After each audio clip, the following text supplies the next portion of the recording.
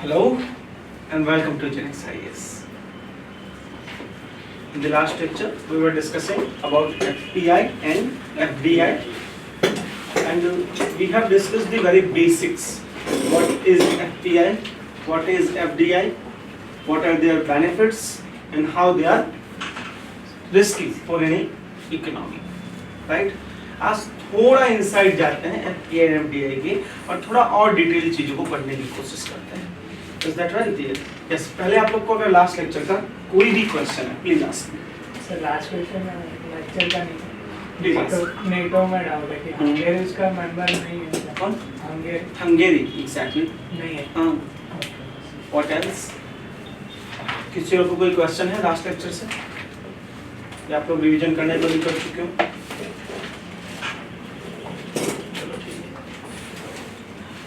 As we know, FDI is good for any economy. और इस चीज को हमने लास्ट लेक्चर में बहुत डिटेल में डिस्कस किया. बट इससे कुछ कंसर्न्स भी जुड़े हुए हैं. फॉर एग्जाम्पल, लेट्स सपोज कोई फॉरेनर है, वो एंटी इंडिया है. पाकिस्तान में बैठे कोई टेररिस्ट ऑर्गेनाइजेशन है, वो एंटी इंडिया काम कर रहा है. अगर वो ऑर्गेनाइजेशन इंडिया में फंडिंग करे और अपनी कंपनियां खड़ी कर दे थ्रू FDI और फिर यहाँ पे इलीगल एक्ट शुरू करे, तो दैट इज रिस्की, राइट और रॉन्ग. इसलिए जो भी FDI हमारे देश में आ रही है, we must be careful regarding that. We can not allow every money to flow into India. हर पैसे को भारत में नहीं आने दिया जा सकता. व्हाई? क्योंकि सम एनिमी कंट्रीज है, कुछ लोग ऐसे जो कि शायद इलीगल मनी को इंडिया में ला रहे हो. Are you guys getting my point? That's why हमने FDI में कुछ रूट्स रखे हुए हैं. उस रूट को कहा जाता है, देखिए FDI को किसी देश में लाना है तो आपके पास ऑप्शंस अवेलेबल है. Options number 1, automatic route.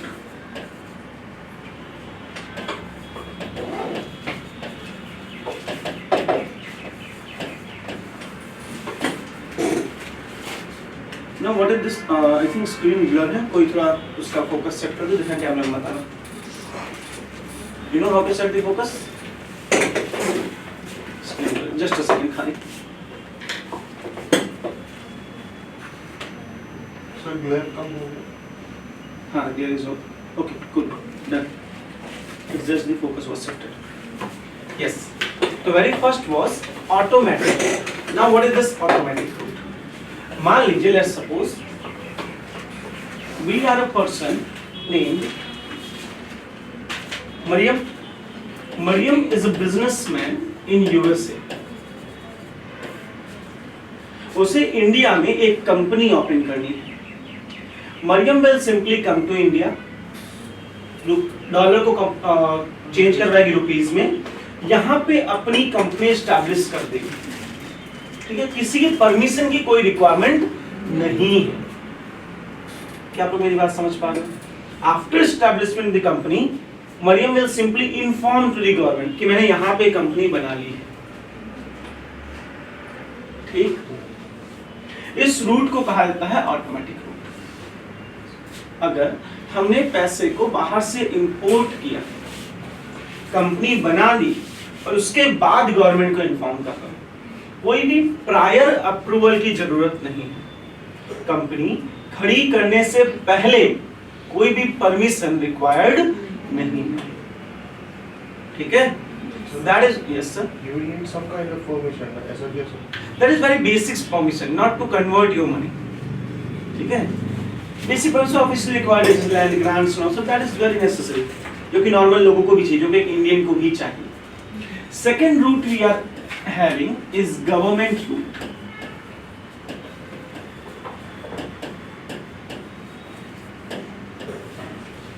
In this government route, बेटा आप लेट आना बंद करोगे, मैं क्लास में जाना बंद कर दूं?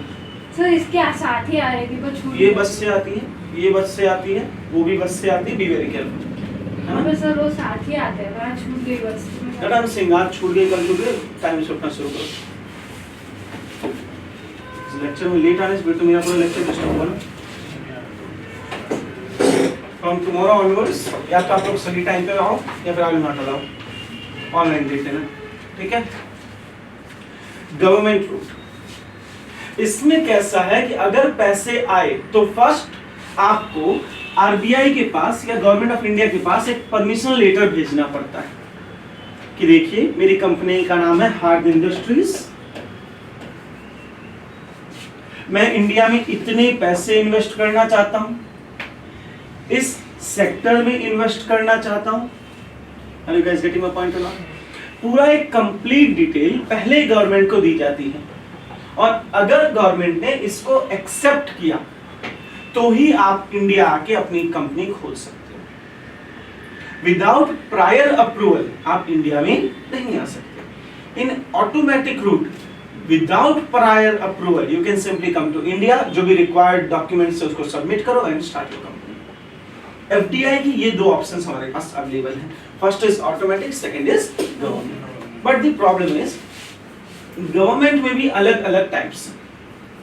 लेट्स सपोज कोई ऐसा सेक्टर है जहां पे फॉरेन मनी हमें रिक्वायर्ड, मतलब वी नीड इन्वेस्टमेंट, बट हम उस चीज को ट्रांसफर नहीं कर सकते। For example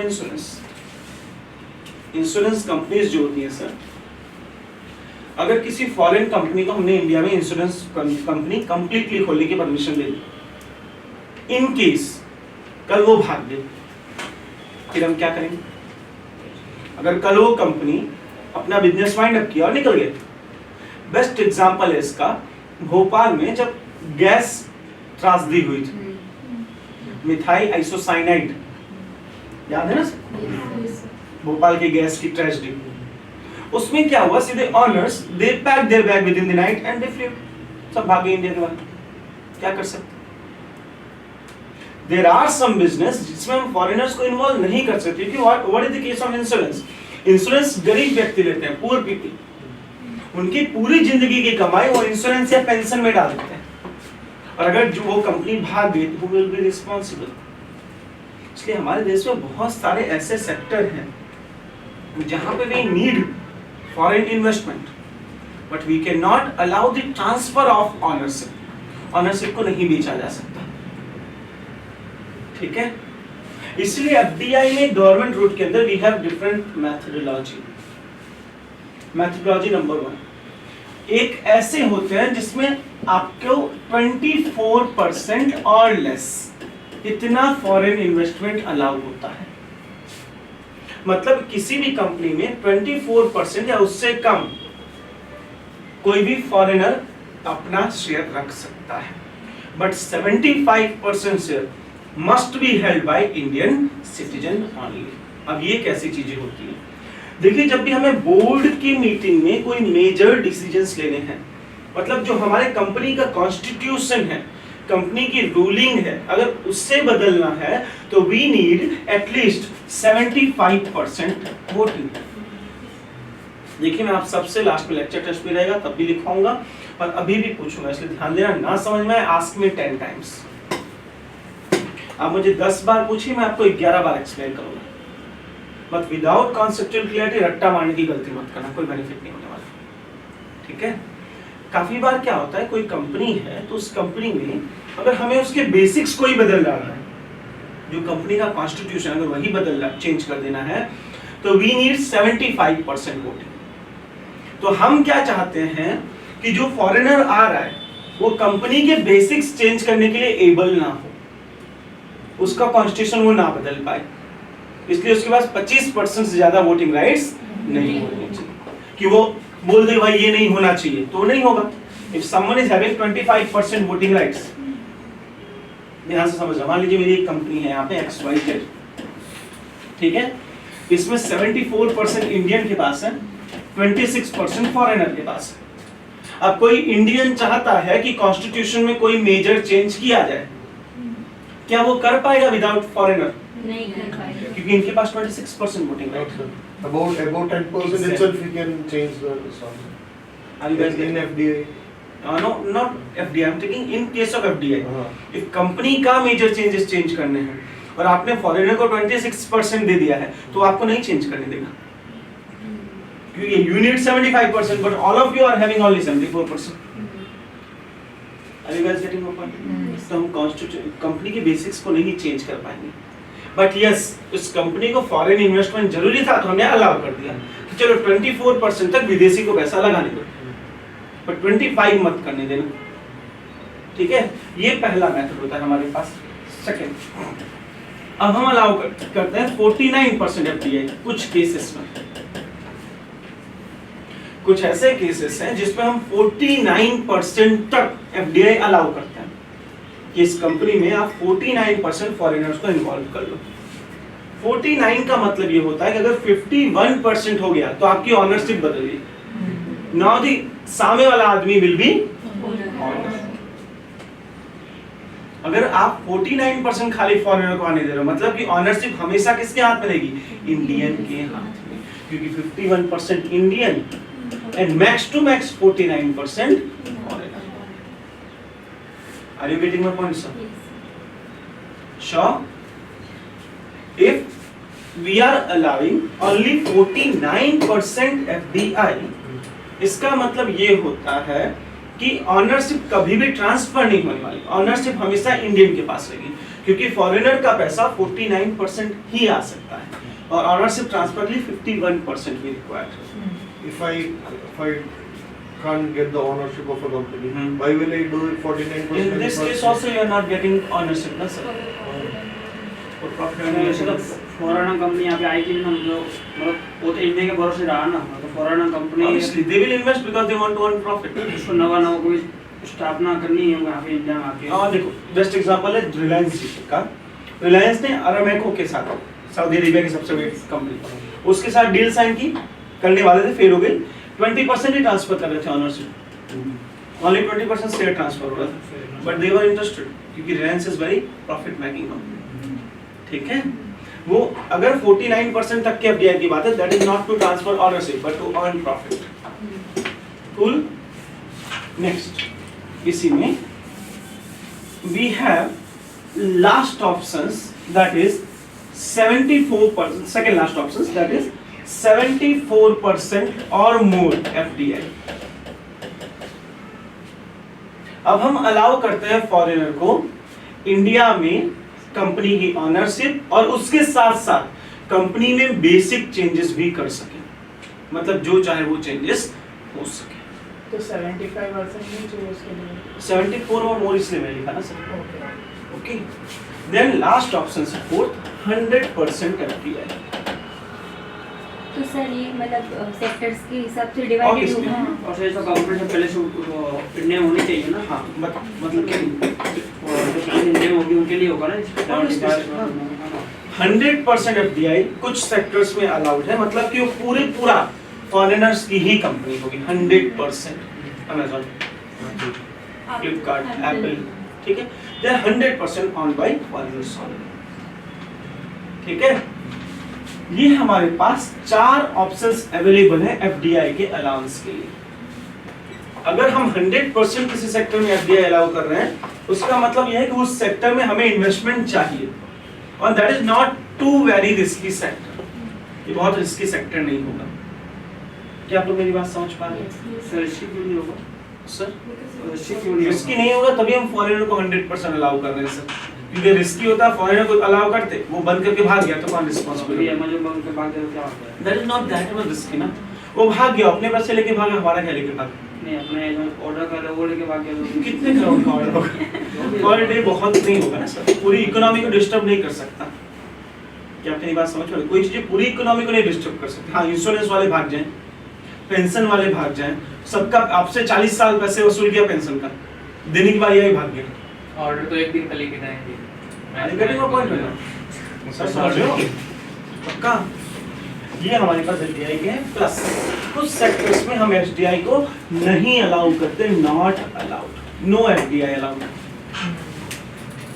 for example nuclear energy, nuclear में हम किसी भी एफडीआई को अलाउ नहीं करते, that is too much risky, we can't afford foreigners in this case. Gambling, bomb वगैरह तो yes. Third, chit fund. Then, defence sorry, defence में आप तो 100% कर दिया। निधि कंपनीज प्लस इन सब के सिवाय सबसे इंपॉर्टेंट एनी कंट्री जो कि लैंड बॉर्डर शेयर करती है, एनी कंपनी जो कि लैंड बॉर्डर सॉरी कंट्री जैसे पाकिस्तान, चाइना या फिर श्रीलंका, बांग्लादेश, जो भी हमसे लैंड बॉर्डर शेयर करते हैं उससे हम एफडीआई अलाउ नहीं करते। बिल्कुल भी बिल्कुल नहीं। वाई? बिकॉज यहाँ से टेररिज्म का खतरा होता है, क्रॉस बॉर्डर टेररिज्म हो सकता है, इसलिए हम एक्चुअली ये टारगेट किया गया था चाइना कि चाइना से हमारे यहाँ एफडीआईज ना आए, बट खाली चाइना बोलना इज नॉट एथिकल। तो व्हाट वी डिड कि कोई भी लैंड बॉर्डर वाला हमसे एफडीआई अलाउ। तो फिर सर ये फिर ऑटोमेटिक रूट कैसे हुआ, क्योंकि इसमें भी ये ऑटोमेटिक पूरा मैं गवर्नमेंट रूट पढ़ा रहा हूँ मैं, ऑटोमेटिक रूट की परमिशन रिक्वायर्ड ही नहीं, वहाँ तो कहानी खत्म हो गई। ये 74% में it will be transferred ना ownership. Ownership will be transferred, but the basic decisions हैं that can be taken only with the help of Indians. You 26% In all of these. Yes. और This is वैसे- 100%. हाँ, इसमें सब हो सकता है, सर ऊपर वाले में भी मिल सकता है ना, क्योंकि 74% एंड मोर है। उसीलिए तो उसको किया गया है। हाँ हाँ जी सर, कोई क्वेश्चन था? और निधि कंपनी मतलब क्या करिए? निधि कंपनी एंड चिट फंड, अगर आप लोग को याद हो आपके घर पे सारा सिस्टम चलता हो तो लोग मिल के कुछ पैसे जमा करते हैं, फिर मंथ में एक को दे देते हैं जिसकी रिक्वायरमेंट हो, वो चिट फंड उठा के Like क्या? a BC और parties बोल रहा है, BC CC. Lottery Exactly. आ रही है, लॉटरी इसी एग्जैक्टली वो सिस्टम, वो इंडिया में हम इसमें एफडीआई अलाउ नहीं करते। प्लस किसमें नहीं करते? सिगरेट में नहीं करते, या फिर सिगरेट प्रोडक्ट्स जो हम कहते हैं उसमें हम एफडीआई अलाउ नहीं करते। टोबैको प्रोडक्ट्स एफडीआई बिल्कुल अलाउड नहीं है। ये सारे सेक्टर्स में एफडीआई अलाउड है और अलाउड नहीं है। इस साल कुछ बहुत मेजर चेंजेस किए हैं गवर्नमेंट ऑफ इंडिया ने, वो चेंजेस हमें पता होने चाहिए कि किस सेक्टर में एफडीआई को बहुत मेजरली चेंज किया और किस में नहीं किया। लाइक डिफेंस में पहले हमारा इतना ज्यादा एफडीआई अलाउ नहीं था, हमने 100% एफडीआई अलाउ कर दिया डिफेंस में। बीमा इंटरमीडियरीज, ये बड़ा इंपॉर्टेंट है। इंश्योरेंस, देखिए जितना भी एफडीआई पढ़ लो क्वेश्चन इसी सेक्टर से बनने वाला है। बेसिक से क्वेश्चन पूछेंगे ऐसा एक्सपेक्ट मत करना सर, ये यूपीएससी अगर ये पूछ ले कि एफडीआई क्या होता है तो उसी दिन छत से छलांग मार देना। और जिस दिन आपको ऐसा लगे कि यार यूपीएससी बहुत सिंपल क्वेश्चन पूछता है, पेपर में 2 मिनट आंखें बंद करो और अपने आप से बात करो कि बेटा यूपीएससी क्या है। आंख खोलो, क्वेश्चन को फिर से पढ़ो, पता चल जाएगा यूपीएससी क्या है। बहुत एक्साइटमेंट में आके अरे ये तो बड़ा इजी है, बड़ा इजी नहीं करना, क्योंकि इजी वो पूछते नहीं है, वो वही पूछते जो इजी लगता है वही टफेस्ट निकलता है, और जो टफ रहता है वो इजी रहता है, दैट इज यूपीएससी। इसलिए बड़ी शांति, जितना आपको लगा कि पेपर तो इतना सिंपल पूछता है, आंखें बंद करो, ओपन करो, सारे क्वेश्चन दूर हो जाएंगे। ठीक है, अगर क्वेश्चन बना तो इस सेक्टर से बनने वाला है, कितने में अलाउड है, किस में अलाउड नहीं है। ओके, इंश्योरेंस इंटरमीडियरीज, ये क्या होता है? लेट्स सपोज एक कंपनी है इंश्योरेंस की, एलआईसी ऑफ इंडिया, ठीक है, और यहाँ पे है कस्टमर, प्लीज हमारा थोड़ा मोटा हो गया तो मोटा कस्टमर आएगा।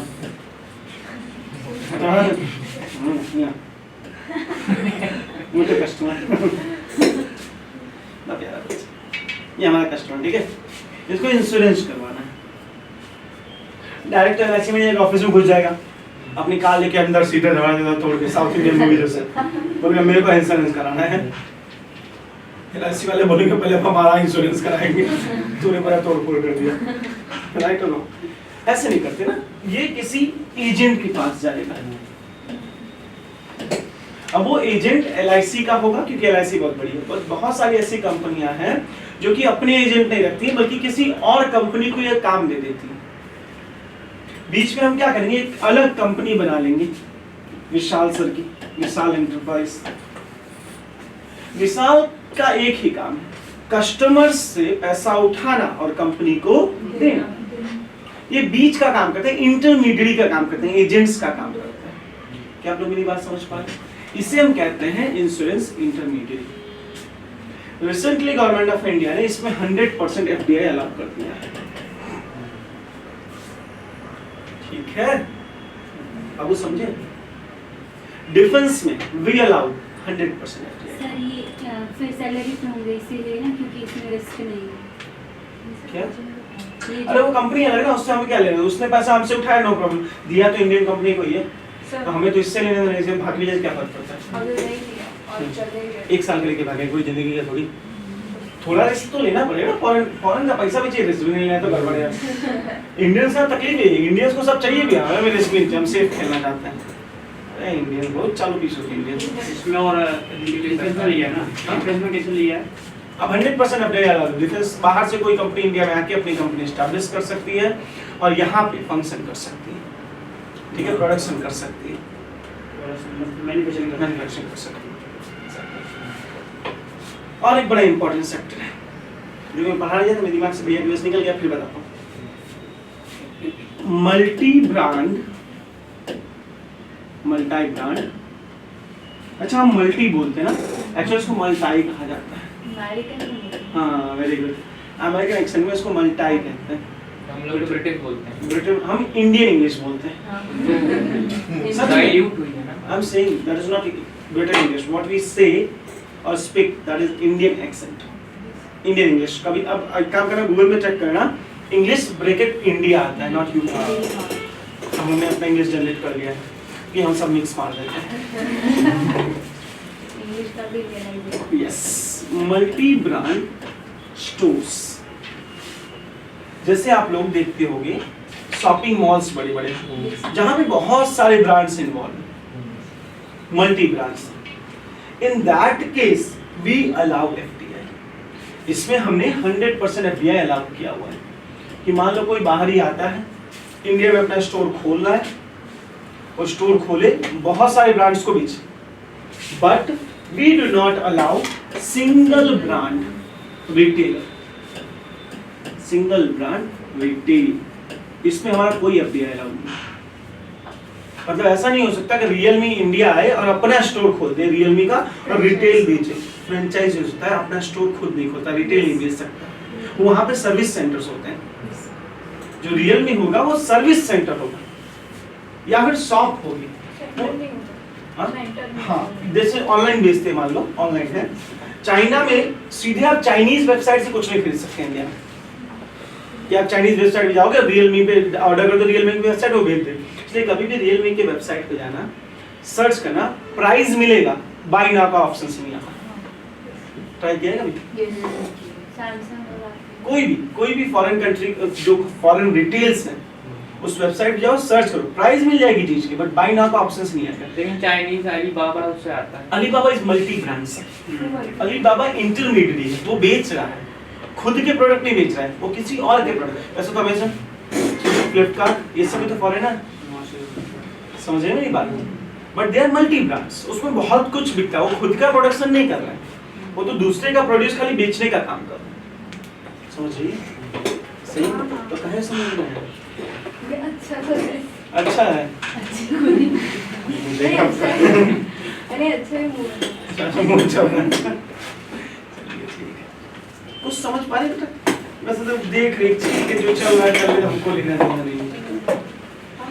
हाँ, जैसे अमेज़न इंडिया है, अमेज़न इंडिया में क्या है, बहुत सारे प्रोडक्ट्स बिक रहे हैं, but that is not Amazon's product. अभी बहुत डिस्प्यूट में था, बता रहा हूँ, इसलिए सोच रहा हूँ, कल परसों न्यूज़ में था एक चीज।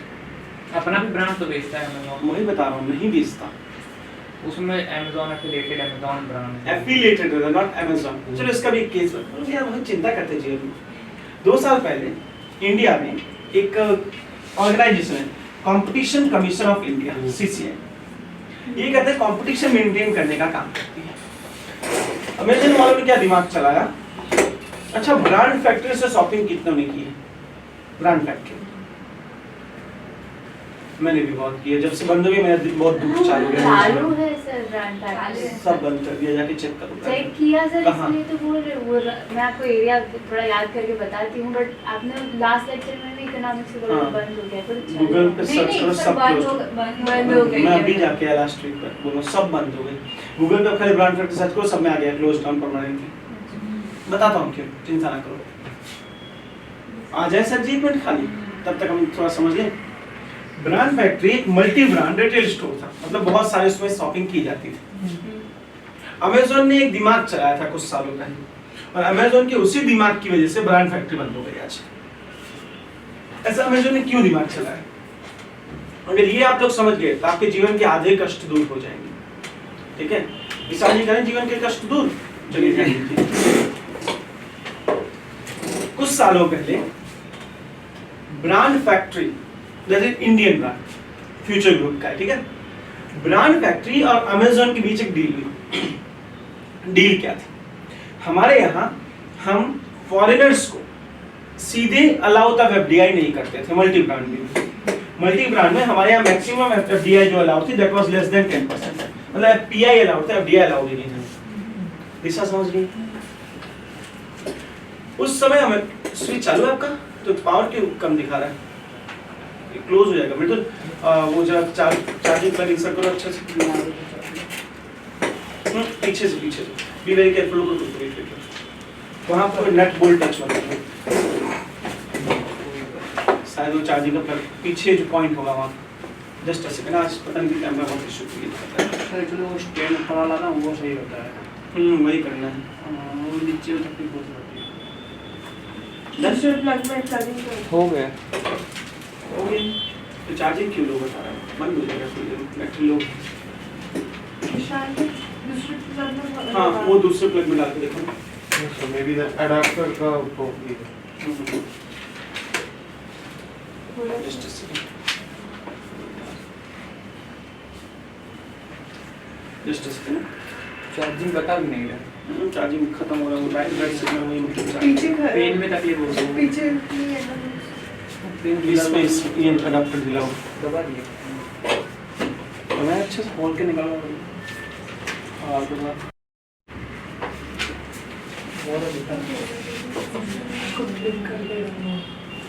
क्या करना? एक काम कर, 2 मिनट बाहर रखो उसको, 2 मिनट खाली बाहर रखो। अरे इडियट, माइक वाले में तो ये डाला था। मैं वही तो मैं बोल वो माइक का पिन पूरा खराब हो जाता, वही मैं सोचूं क्यों बंद हो गया। आप इंसर्ट करो, चालू हो गया। करूँ चालू? डन। माइक वाले में इंसर्ट कर।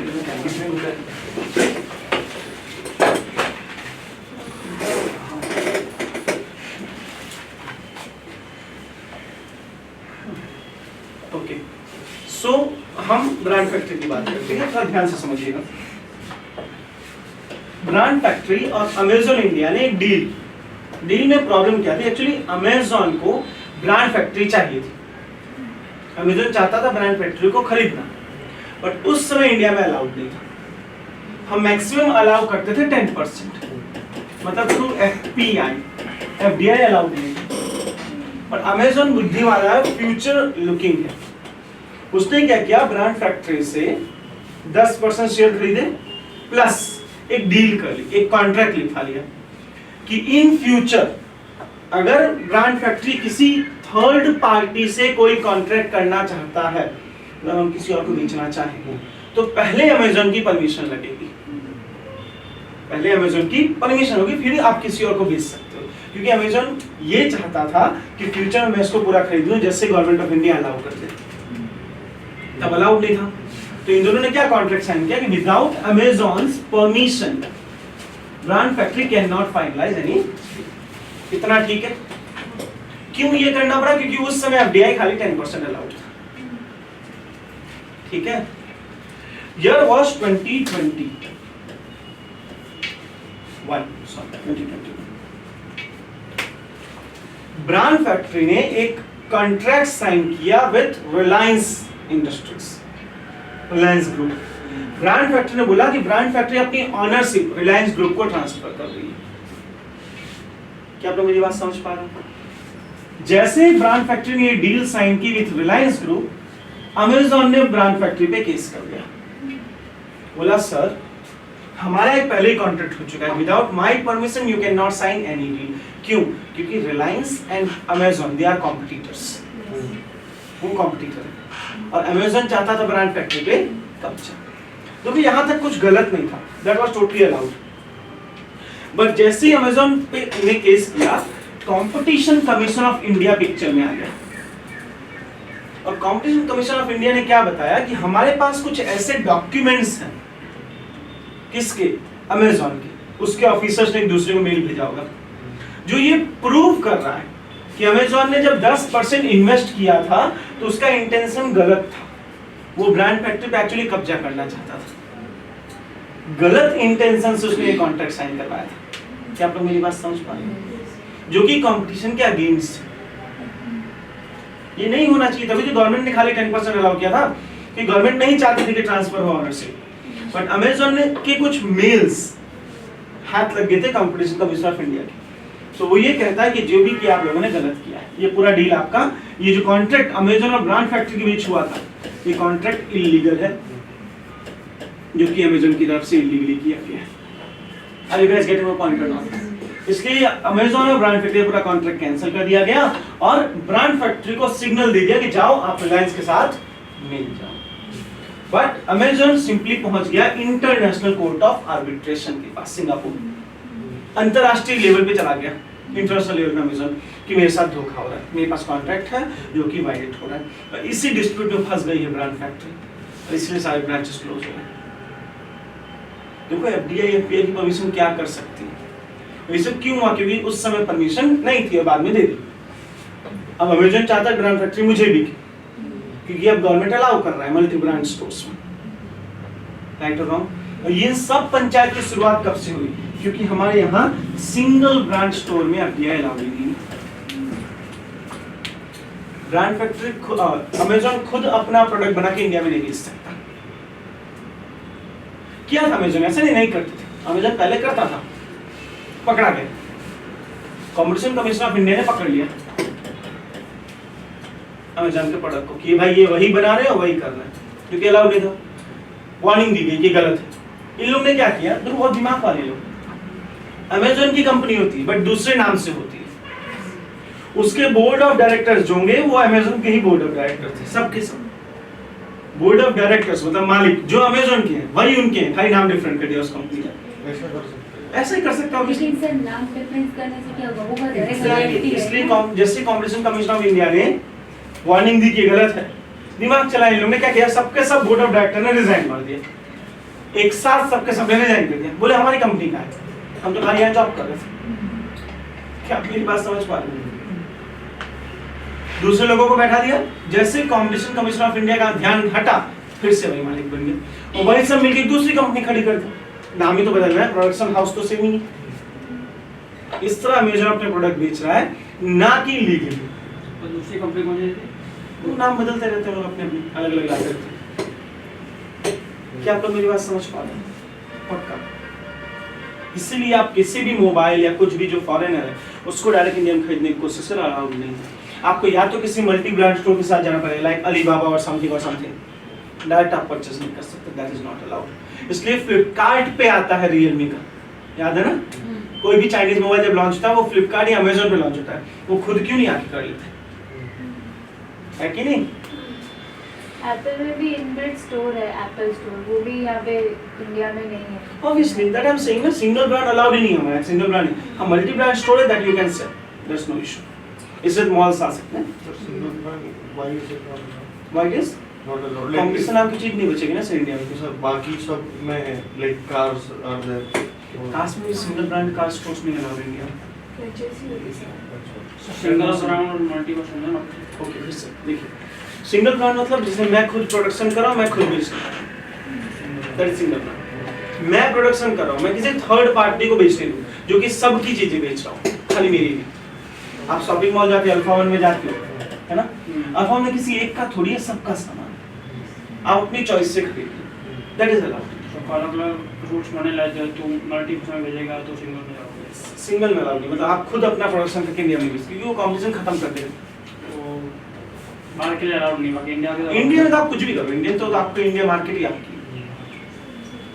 ओके, एफडीआई थोड़ा समझ में आ रहा है? देखो, आई वांट टू अंडरस्टैंड करो, रटो मत, रटने से जिंदगी नहीं चलती, चलती होती तो आज आप लोग तो ऑफिसर होते, उसमें एक्सपर्ट नहीं हो, रट्टा मारने में एक्सपर्ट, उससे लाइफ नहीं चलती। इकोनॉमी को रियल लाइफ से सीखो, बुक में एफडीआई नहीं सीख सकते, आप कभी उस चीज को अंडरस्टैंड नहीं कर पाओगे है क्या। ओके, जहां एफडीआई इन्वॉल्व हो रही है मतलब हम फॉरेन पैसों को इन्वॉल्व कर रहे हैं। It's not only about money, foreign influence, foreign power. अभी आजकल हमारे यहाँ बहुत बड़ा डिस्प्यूट चल रहा है एनजीओ में फॉरेन मनी है, बात प्रॉब्लम। नॉन गवर्नमेंट ऑर्गेनाइजेशन में फॉरेन मनी आती है, हमने उस पे बैन, कुछ ऑर्गेनाइजेशन को पकड़ा और बैन लगा दिया। अभी इसका सिस्टम क्या किया, मान लो आपका एक एनजीओ है, नॉन गवर्नमेंट ऑर्गेनाइजेशन है, अगर आपको फॉरेन डोनेशंस एक्सेप्ट करनी है, विदेश से पैसे एक्सेप्ट करने हैं, तो उसका रूट क्या बोलेगा, आप खाली दिल्ली में, वो भी एसबीआई के ही ब्रांच में अपना अकाउंट खुलवा सकते हो। बस दिल्ली के एसबीआई ब्रांच में आपका अकाउंट होना चाहिए और पूरा फॉरेन पैसा इसमें आना चाहिए। इसके बाद अपने अकाउंट में लेके जाओ। नहीं, you have to show it also obviously. where you are spending it.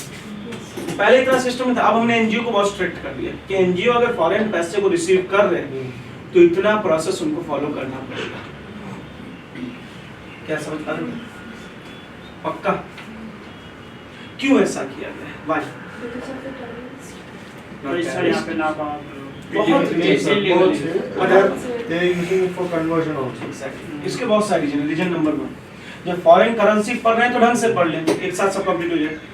Reason number 1, मान लो यहाँ पे एक एनजीओ है जिसकी मालिक है पायल, और इसने अमेरिका से पैसे मंगवाए। इंडिया में डेवलपमेंट बड़ा फास्ट हो रहा है, हम डेवलप कर रहे हैं, हम आगे बढ़ रहे हैं। अमेरिका डर गया कि इतने डेवलप हो गए तो लोचा हो जाएगा, इतने हाईवे बना रहे लोग, गड़बड़ कर रहे हैं। अमेरिका क्या करेगा, पायल के एनजीओ को पैसे भेजेगा और बोलेगा कि जाओ और आप इंडिया में आंदोलन शुरू कर दो कि ये लोग नेचर के अगेंस्ट जा रहे हैं, इन्वायरमेंट के अगेंस्ट जा रहे हैं। क्या तुम मेरी बात समझ पा रहे हो? और पूरा प्रोजेक्ट बंद हो जाएगा।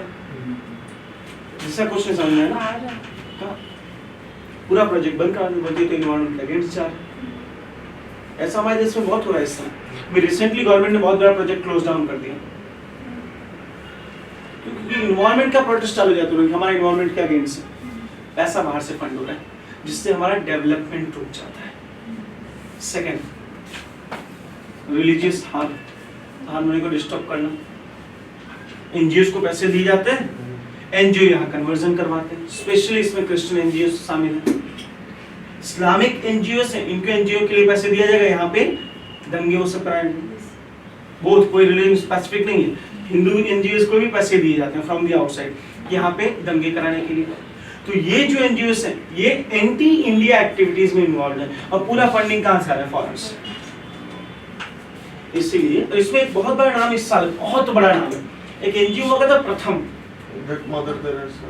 नहीं वो तो उनका तो बैन किया है, पर प्रथम NGO is too much big NGO, Amnesty International. Amnesty international, उस पे हमने बैन कर दिया। Ban किया, पूरे ban. जबकि कितना बड़ा एनजीओ था एमनेस्टी इंटरनेशनल। ओके, And क्यों? every year they write an anti-India report. हाँ। एकदम इंडिया के opposite.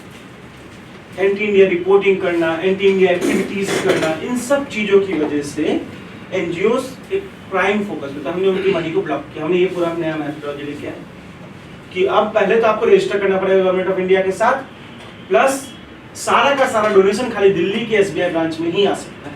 हाँ, इसमें आपको फैसिलिटीज दी, आपको दिल्ली जाके ब्रांच खोलने, अकाउंट खोलने की जरूरत नहीं है, आप सीधे अपने डॉक्यूमेंट मेल कर दो, वो आपका अकाउंट ओपन कर देंगे।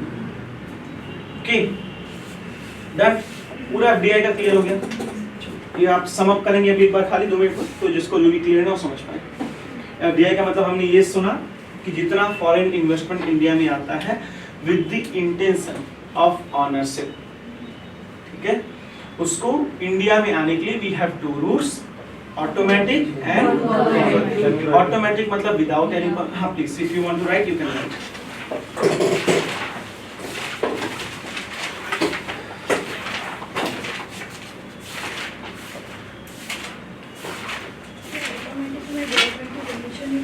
प्रायर परमिशन एस्टैब्लिश करो, गवर्नमेंट को बता दो मेरे काम को, अपने यहाँ पे कंपनी को। तो उसमें भी अलग अलग आएगी ना कंपनीज, उसमें सबको अलाउ बताओ जिसको आने। सर कुछ फैक्ट कुछ बोल दो। सर फिर तो सब ऑटोमेटिक रूप से ही आ जाएंगे। पर सबको अलाउ कहाँ है, सेक्टर वाइज डिवाइडेड है, हाँ वही सेक्टर उस सेक्टर्स को ही परमिशन ऑटोमेटिक रूप से खाली। So at day FDI can be allowed.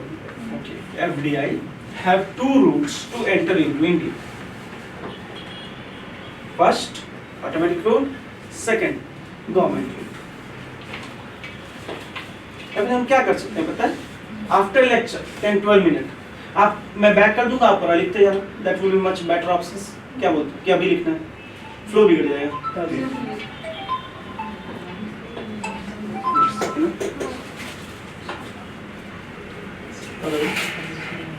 Yes. हाँ मैं लेक्चर में छूँ. પછી आपने कॉल करो चिन्ह रहा हूँ. 5-6 लेक्चर में अच्छा.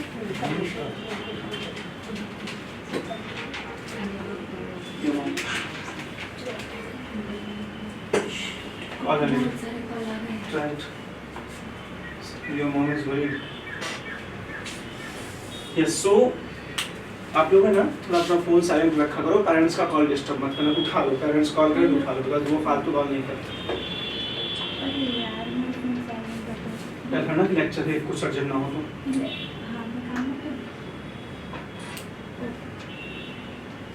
If किसी का भी पेरेंट्स कॉल है, do not ignore, receive that. मैं पता ही नहीं चला. क्योंकि पेरेंट्स कॉल ऐसे कभी नहीं करते. दे आर वरीड देयर तो ही वो कॉल करते हैं. ठीक है, ओके चलो समझते हैं. हम एक काम करेंगे, लास्ट के 10 minute I will open all this slides. आप आराम से लिख लेना, फ्लो नहीं बिगड़ेगा हमारा. एफडीआई के बारे में हमने पढ़ा. हमने ये देखा कि we have two routes, automatic and government. Automatic route मतलब ऐसा रूट जिसमें आपको किसी भी प्रायर अप्रूवल की जरूरत नहीं है. आप सीधे पैसे को इंडिया में भेज सकते हो. कुछ स्पेसिफिक सेक्टर है इंडिया में जिसमें ऑटोमेटिक रूट अलाउड है कि आप सीधे आओ और अपना बिजनेस चालू करो, हमें कोई टेंशन नहीं. Second is options of government route. With government route हम रिस्ट्रिक्शंस लगाते हैं. There are lot of restriction.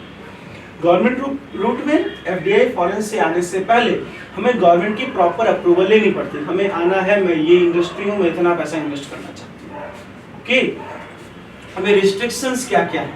सबसे पहला आपको 100% एफडीआई अलाउड है. दैट इज ऑटोमेटिक रूट कि सीधे आओ और पूरा एफडीआई इन्वेस्ट करो, हमें कोई प्रॉब्लम नहीं है. 74% और मोर, या तो आप 74% या तो 74% तक आपको अलाउड है, not more than that. 49% to 74%, मतलब ऑनरशिप ट्रांसफर हो जाएगी पर कंप्लीटली नहीं. 100% ऑनर आप नहीं बन सकते. Decision making नहीं होगा. एग्जैक्टली, डिसीजन मेकिंग में हो गई. 51% से ज्यादा हो गया है. हाँ, but very basic of the company can not be changed, क्योंकि कंपनी के एकदम बेसिक्स को चेंज करने के लिए you need 75%. Sir, 74% and more है. आई सेड बेटा 49 टू 74%.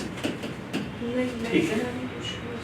हाँ, That 74 and more होता है, उसमें परमिशन की जरूरत नहीं पड़ेगी ना. हाँ ऑब्वियसली परमिशन की जरूरत पड़ेगी. देयर इज परमिशन रिक्वायर्ड कि मुझे आपके मत ऐसा नहीं कि रोका जाएगा आपको. आप खाली डॉक्यूमेंट सबमिट कीजिए, मुझे ये इतना करना है. गवर्नमेंट अलाउ करते तो आप 78, 90, 95% इन्वेस्ट कर सकते हो, कोई इशू नहीं. आप पूरी कंपनी भी खरीद सकते हो, but with the proper approval of government. Without approval you can not buy entire company. Ask me, you are seems confused. ये इसमें 49 में ओनरशिप ट्रांसफर होगा, नहीं होगा. बैंड बता देता हूँ, एक बार सारे बैंड लिख देता हूँ. वेरी कर. हाँ, एक तो 0% से लेके 24%, ठीक है. 25% से लेके 49%, 50% से लेके 74% एंड 74% टू 100%. ठीक है.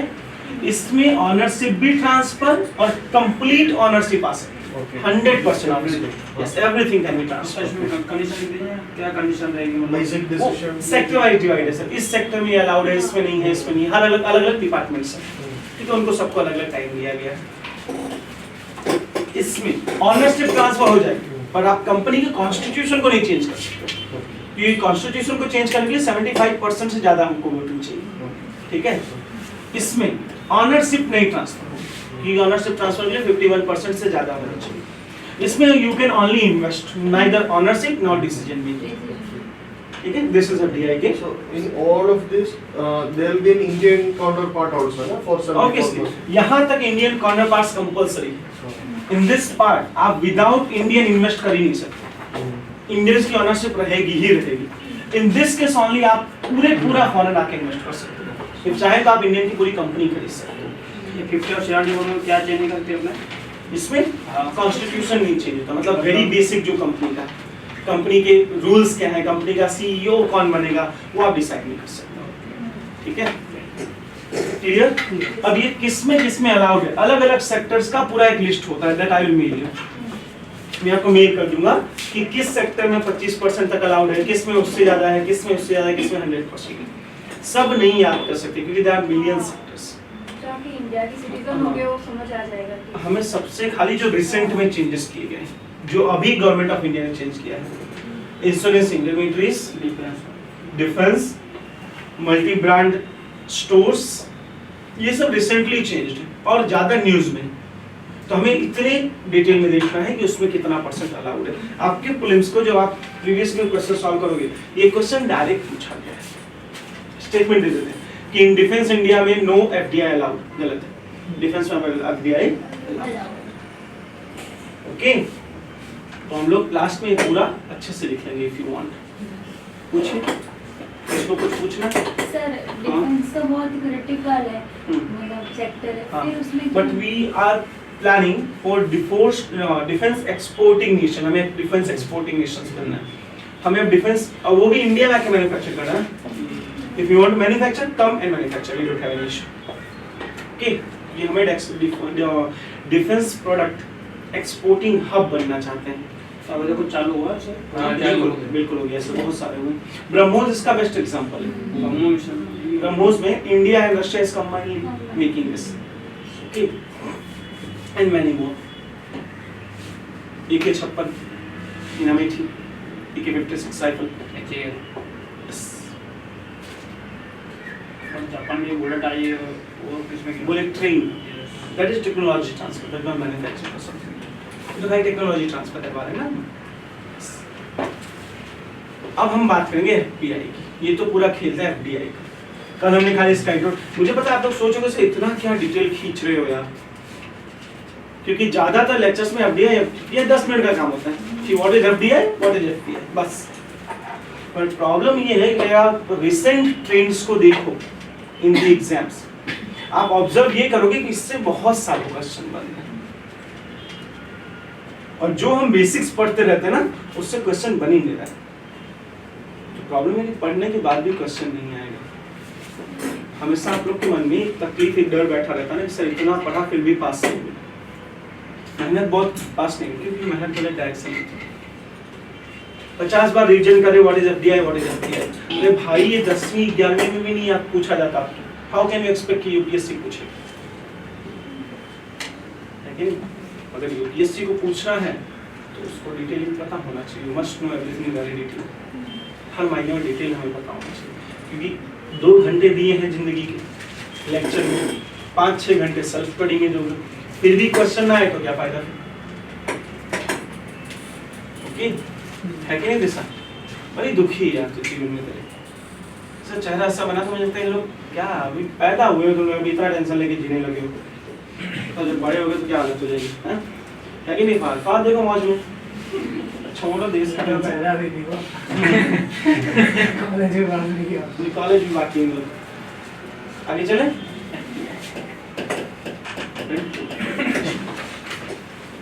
ये हमने कल देखा कि 10% से कम अगर आपको कहीं इन्वेस्ट करना है तो कहाँ करना पड़ेगा? इसमें इन्वेस्टमेंट के लिए हमें कौन सा मार्केट चाहिए? सेकेंडरी मार्केट, क्योंकि शेयर की खरीद बेच तो सेकेंडरी मार्केट में होती है ना खाली दोस्त, राइट और रॉन्ग? जबकि एफडीआई के लिए वी नीड प्राइमरी मार्केट, क्योंकि वो सीधे कंपनी बेच रही है। एफडीआई के लिए what we need? Primary market. ये प्रीलिम्स के डायरेक्ट स्टेटमेंट में देखा, for FDI we need primary market, for FPI we need secondary market. Okay, FPI में हम एफपीआई अलाउड करते हैं लगभग सभी कंट्रीज में, थोड़ी रिस्ट्रिक्शंस है खाली।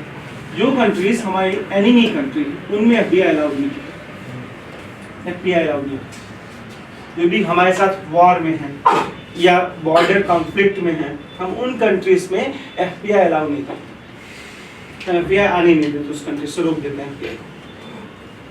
बाकी समय एफपीआई इज ओपन, इसमें किसी प्रायर अप्रूवल की जरूरत नहीं होती है, we just simply come and invest into the market. अब एफपीआई कैसे आते हैं? किसी भी आदमी को मान लीजिए एक व्यक्ति है जिसका नाम है दिशा, जिसकी अभी भटक गई है दिशा, सोती रहती है लेक्चर में। दिशा को इंडिया में इन्वेस्ट करना है, ठीक है। ये आएगी सेबी के पास, securities and exchange board of, इसके साथ रजिस्ट्रेशन करवाएगी कि मैं FPI हूं, मैं फॉरेनर हूं, मुझे इंडिया में इन्वेस्ट करना है। ऐसे ही मान लो एक पूरी कोई कंपनी हो, कोई ऑर्गेनाइजेशन हो, XYZ फाइनेंशियल लिमिटेड, ऐसे कोई कंपनी हो, उस कंपनी को इंडिया में इन्वेस्ट करना है या फाइनेंशियल इंस्टीट्यूशन को करना है, तो वो सेबी के साथ FII financial institutional invest foreign institutional investors करके रजिस्टर करवाएंगे, ठीक है। एक बार आप सेबी के साथ रजिस्टर कर लिया और सेबी ने आपको परमिशन दी, तो फिर आप इंडियन शेयर मार्केट में इन्वेस्टमेंट कर सकते हैं। क्या आप लोग मेरी बात समझ पा रहे हैं? इसमें आपको पूरा डिटेल देना पड़ता है कि मैं कौन हूँ, कहाँ से आ रहा हूँ, मेरे मनी का सोर्स क्या है, everything. You have to identify yourself. And as we already discussed in the last lecture, कि ये लोग यहाँ आते हैं only and only for profit. अगर जैसे ही US फेडरल रिजर्व ने अपने रेट्स हाइक किए, ये सब जंप बाउंस कर जाएंगे, इसलिए हमने इसको कल हॉट मनी कहा था, ओके। बट कुछ ऐसे लोग हैं जो कि शायद अपनी आइडेंटिटी छुपाना चाहते हैं। मुझे गवर्नमेंट ऑफ इंडिया को नहीं बताना हुआ है, but I want to invest in Indian market.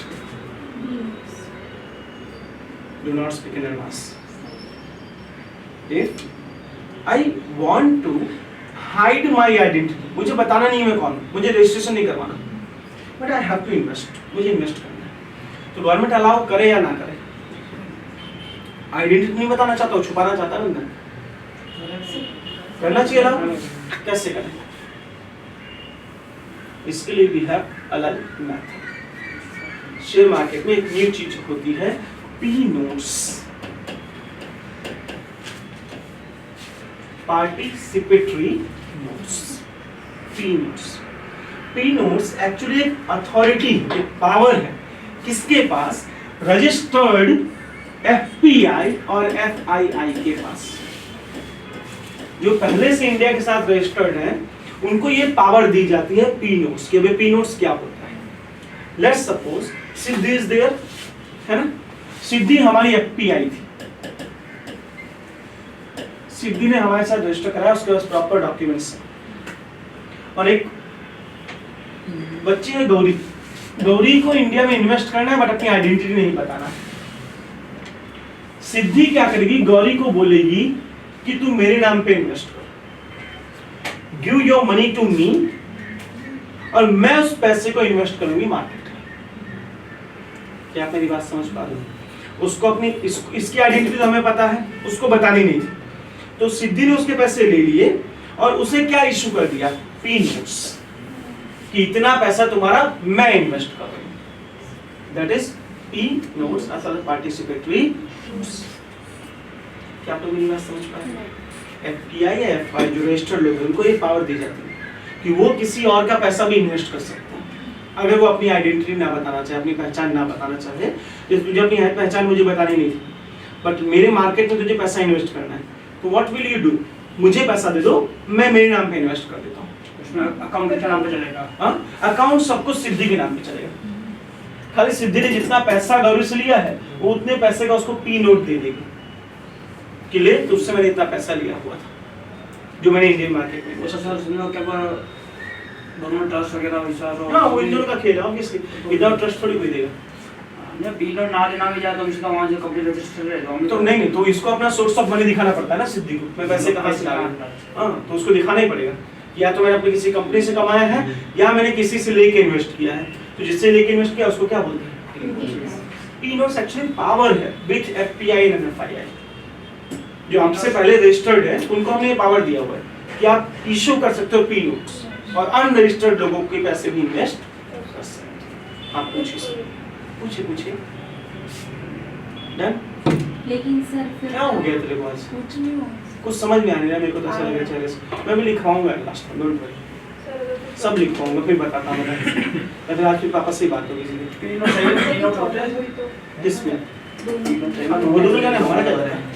Sir फिर यहाँ से फिर टेररिस्ट फंडिंग वो लिख के ले देते हैं। भाई भाई सुन, ये हमारे देश में था, बट इसकी एक प्रॉब्लम है, without identity we are investing. तो ये कोई भी पैसा हो सकता है कि नहीं? जब से ये हमने ओपन किया ना, लोग सोचते हैं क्यों सेबी के साथ फालतू में रजिस्ट्रेशन करवाना, ऐसे ही करवा लो, ये बेस्ट ऑप्शन है विदाउट रजिस्ट्रेशन। हमारे देश में ज्यादातर मनी इस तरह फ्लो होने लगी शेयर मार्केट में, जो कि इलीगल मनी भी हो सकती है, क्योंकि हमें गौरी के पैसे का सोर्स नहीं पता। गौरी पैसा कहाँ से लेकर तो फंसेगा तो वही ना जिसमें फंसे ना फंसे, बट हमारे देश में तो उतना इलीगल मनी आ गई ना, मनी लॉन्ड्रिंग तो हो गई। हमें अपने देश को सेव करना है, तो we decided, the year was 2009 I think, 2009 में खाली ऐसी बातें हो रही थी। पार्लियामेंट में एक आंसर दिया गया, किसी ने क्वेश्चन पूछा तो पार्लियामेंट में मंत्री ने आंसर दिया कि हम इंडिया में पी नोट्स बैन कर देंगे, बंद कर देंगे, झंझट खत्म। जिस दिन ये अनाउंस हुआ उसके नेक्स्ट मॉर्निंग जैसे शेयर मार्केट खुला, पूरा मार्केट क्रैश हो गया। खुलते ही विदिन 10 मिनट पूरा मार्केट क्रैश।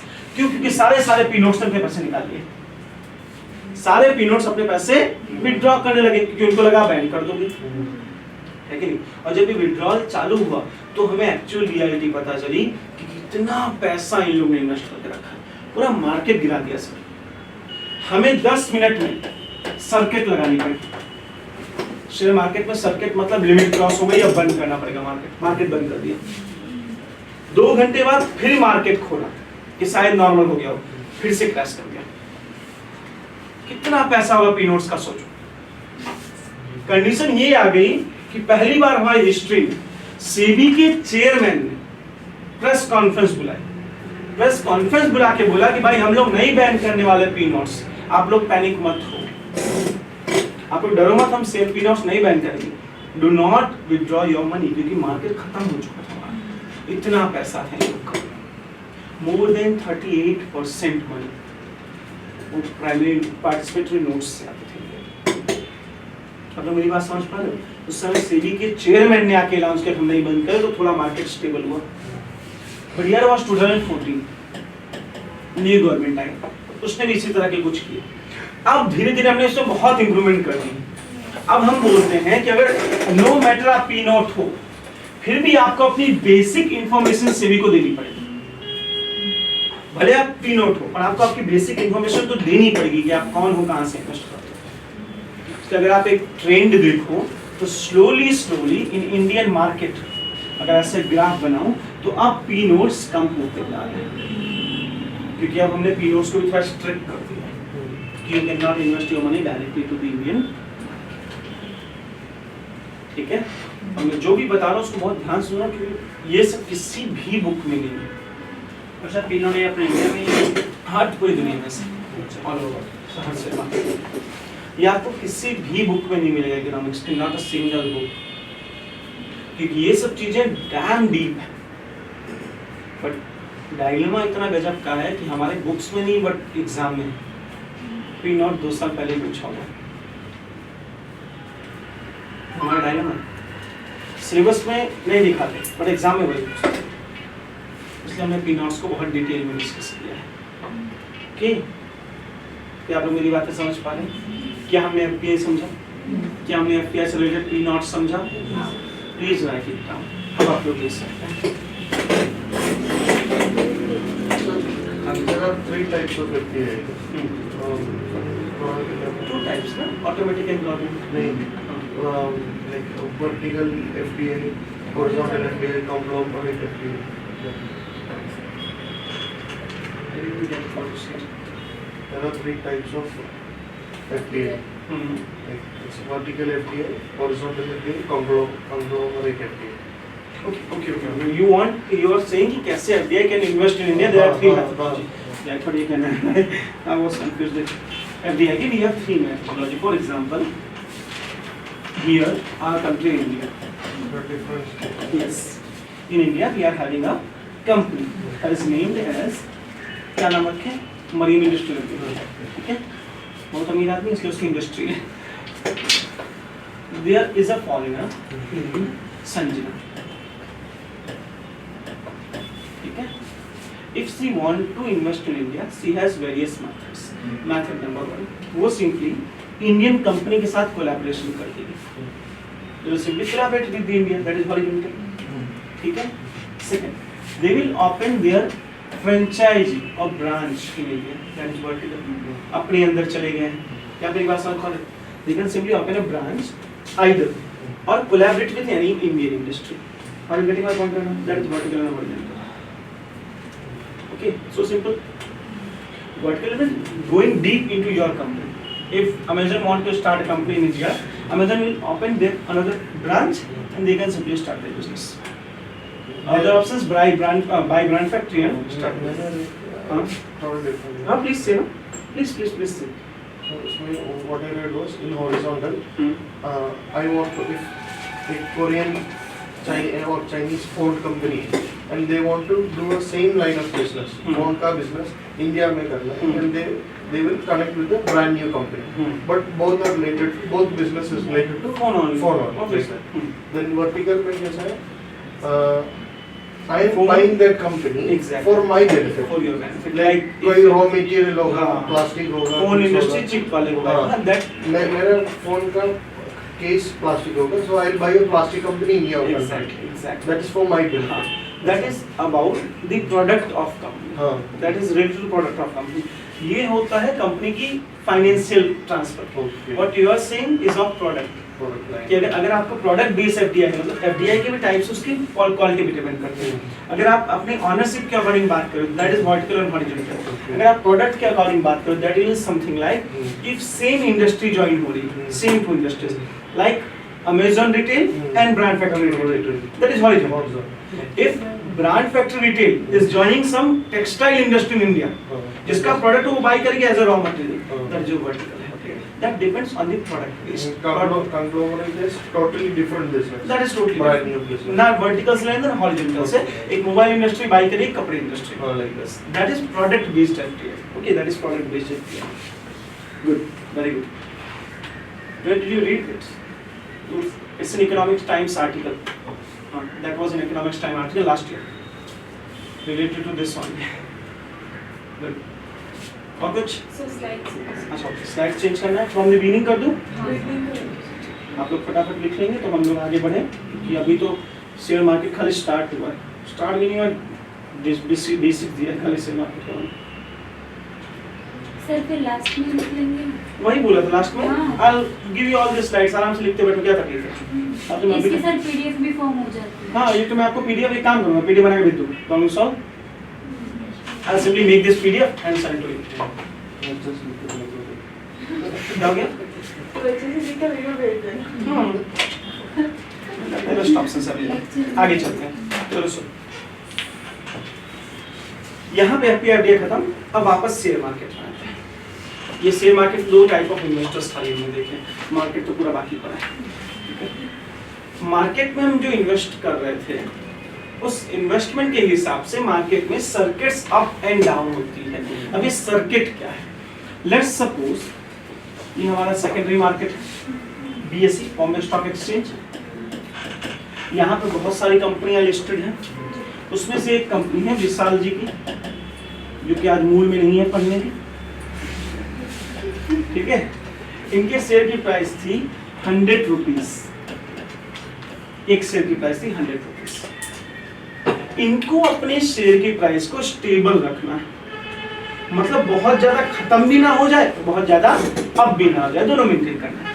पहले सिस्टम नहीं था, सुन लेना, पहले सिस्टम था. इनको चाहिए इनकी कंपनी बहुत ज्यादा शेयर मार्केट में फ्लक्चुएट ना हो.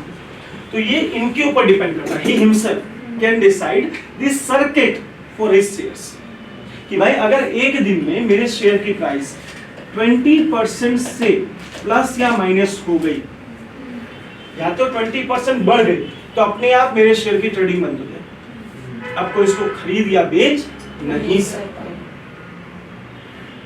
ठीक है, अगर 20% ज्यादा हो गई एक दिन में शेयर की प्राइस, तो उसको कहते हैं अपर सर्किट. शेयर में क्या लग गया? अपर सर्किट, और मार्केट बंद हो जाएगी. मार्केट इनकी ट्रेडिंग बंद हो जाएगी. उसमें मैसेज आएगा ट्रेडिंग इज नॉट अलाउड. फिर वो जब चाहे उतने घंटे बाद फिर से अपना ट्रेडिंग स्टार्ट कर सकते हैं. अगर एक साथ मार्केट गिर गया 20%, इनके शेयर का 100 से 80 हो गया, देन ऑल्सो उनका सर्किट लगेगा। इसको हम कहते हैं लोअर सर्किट। इसको क्या कहा जाता है दोस्तों? Lower circuit. क्या आप लोग सर्किट समझ पा रहे हो? What is upper circuit, what is lower circuit? नहीं समझा बेटा? क्यों बंद करेंगे? ज्यादा हो जाए तो क्यों बंद करेंगे? हाँ। बहुत ज्यादा होना भी प्रॉब्लमेटिक है। पैसा कहाँ से आ रहा है क्या पता, और जितना आज ज्यादा हुआ कल उतना खतरा गिर गया तो मतलब ऐसे स्टेबल होना चाहिए। कोई भी चीज बहुत ज्यादा है बहुत कम अच्छी नहीं है। Plus and minus 20, it's for the number of shares या price? Price Only for price. और अभी सर ये चल रहा है ना लेटेस्ट मतलब करंट में 10-20 ना। हाँ मतलब जो 20 है मतलब ये जो अपर होता बंद करना अपना बंद हो जाएगा। हाँ, वो हर सिस्टम में वही, हर जगह वही सिस्टम। मतलब अभी यही चल रहा है। Yes, अभी ये चल रहा है। कोई तो- अपने शेयर की प्राइस गिरने ही नहीं देगा। क्यों गिरने देगा? अगर सर्किट पहले ही लगा दो कि 10% से तो वही सब करते। 10% is very big amount man. एक दिन में सर्किट का प्राइस 10% गिरना, अच्छे अच्छे लोग भिखारी बन जाएंगे, रोड पे आ जाएंगे। लेकिन साहब एक वो भी सिस्टम चल रहा है, समझो आपको कुछ शेयर खरीदना है तो उसमें अमाउंट डाल लेने का कि मुझे इतना शेयर आएगा तो इतने मुझे 10 शेयर लेने के ऐसा। तो अगर समझो आप ये सिस्टम बता रहे हो बड़ा, तो उसमें शेयर आएगा नहीं अंदर कुछ। हाँ बिल्कुल बिल्कुल। हम लोग जो लिमिट है जिसको आप बोलते हैं लिमिट शेयर, हाँ, लिमिट limit, परचेज, हाँ। कि आपको 10 शेयर चाहिए, इतनी प्राइस में चाहिए, इतनी, उससे हाँ। कम हुआ तो ही खरीदना है। हाँ। हाँ तो आप सर्किट प्राइस मत डालो ना। आप सर्किट प्राइस डालोगे आप कभी नहीं तो खरीद अपने सकते। को कंप्यूटर में किसी में दिखा रहा है सर्किट प्राइस। हाँ ऑब्वियसली, जैसे आप मिनिमम डालोगे ना तो शो करता है। ठीक है, इज दैट वेरी क्लियर? आपको नहीं समझ में आया था, फिर से समझो बेटा। आपकी कंपनी की प्राइस या तो बहुत ज्यादा बढ़ने भी नहीं चाहिए, बहुत ज्यादा कम नहीं, स्टेबल होना चाहिए ना। मान लो आपकी कंपनी के फाइनेंशियल रिजल्ट्स आए, आपने बहुत अच्छा परफॉर्म किया, शेयर की प्राइस अचानक बढ़ने लगी 10% 20%, जितना आज बढ़िएगा उतना फास्ट गिरेगी भी। तो इसलिए हम बहुत ज्यादा नहीं बढ़ने देते, सर्किट लग जाता है, आपके शेयर की ट्रेडिंग अपने आप बंद हो जाएगी। अब उस दिन उसको कोई खरीदा बेच नहीं सकता है। ठीक है, That is decided by the trader itself. Already आपकी कंपनी आपकी चॉइस। आप चाहो तो 50% पे सर्किट डिसाइड करो, बट फिर एक दिन 50% बढ़ाओगे तो अगले दिन 70% गिरेगा भी। तो फिर ऐसा हो कोई तकलीफ नहीं, बट इतना ज्यादा कि कोई बढ़ता है गिरता है तो फिर इन्वेस्टर्स उसमें बिलीव नहीं करते। अब मुझे इन्वेस्ट करना है, किसी ऐसी कंपनी में थोड़ी करूंगा जो एक दिन में 50% अप डाउन हो जाए। मतलब आज मैं राजा हूँ कल भिखारी।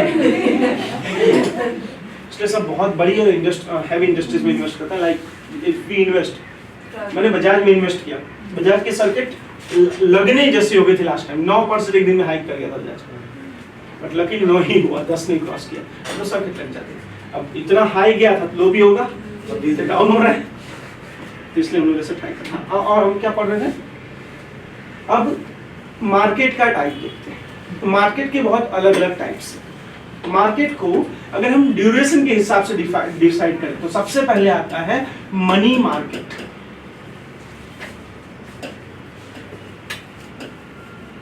आप लोग ने स्कैम 1992 और बिग बुल में इसका नाम सुना होगा, money market and capital market. Harshad Mehta पहले मनी मार्केट में रहता है, फिर अब वो कैपिटल मार्केट में जंप करने की कोशिश करता है। याद है आप लोगों को? जहाँ पे उसको दुश्मन सब मिलते हैं उसको, वो सब जब वो मनी मार्केट कैपिटल मार्केट में जा रहा है तो मनी मार्केट मतलब 1 ईयर या उससे कम, 1 ईयर और लेस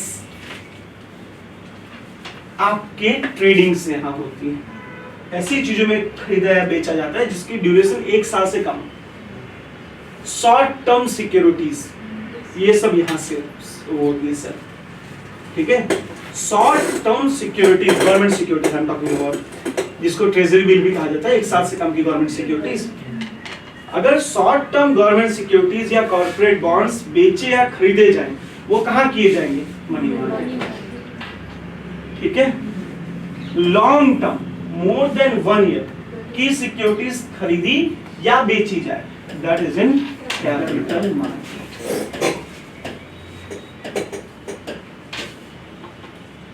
ओके, शॉर्ट टर्म खरीदी या बेची जाए गवर्नमेंट सिक्योरिटीज या कॉर्पोरेट सिक्योरिटीज, बॉन्ड्स, डिवेंचर्स, वो कहाँ किया जाएगा? Money market. लॉन्ग टर्म करना है कैपिटल मार्केट।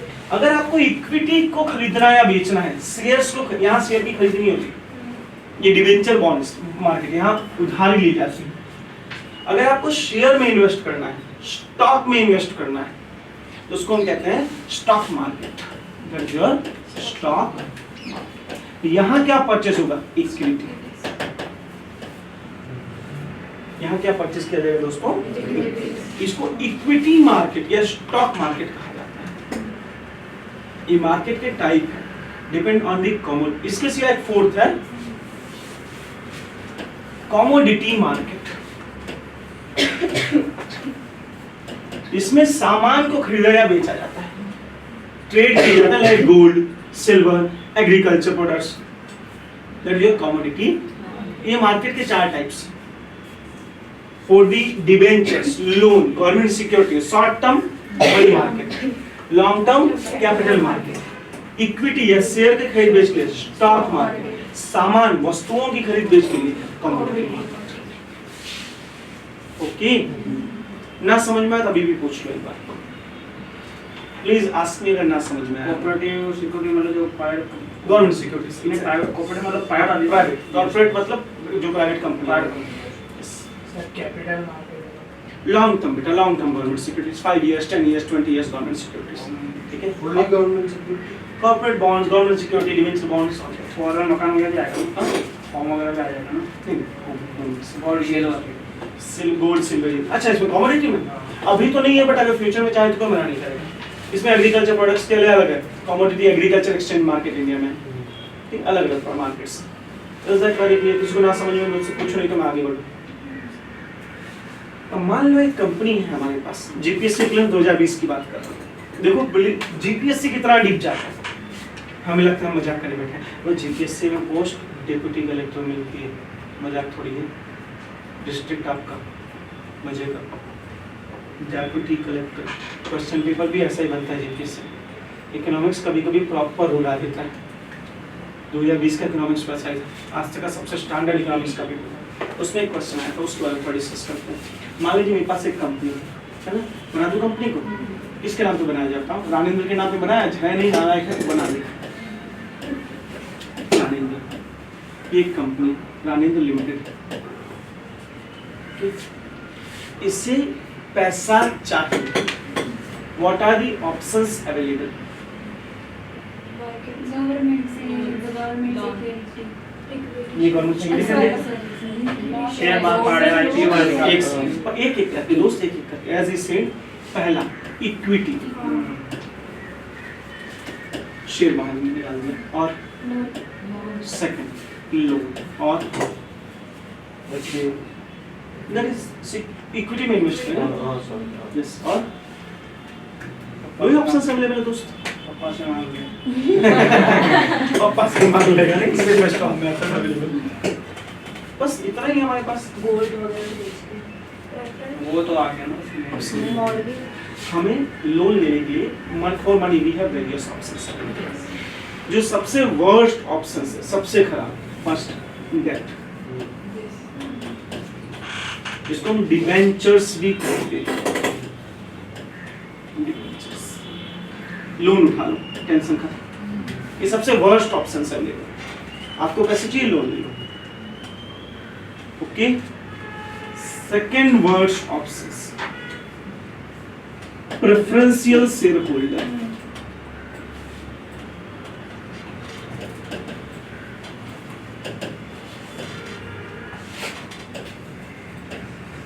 प्रेफरेंशियल शेयर, अब ये प्रेफरेंशियल शेयर क्या होता है? नया नया है नहीं सर?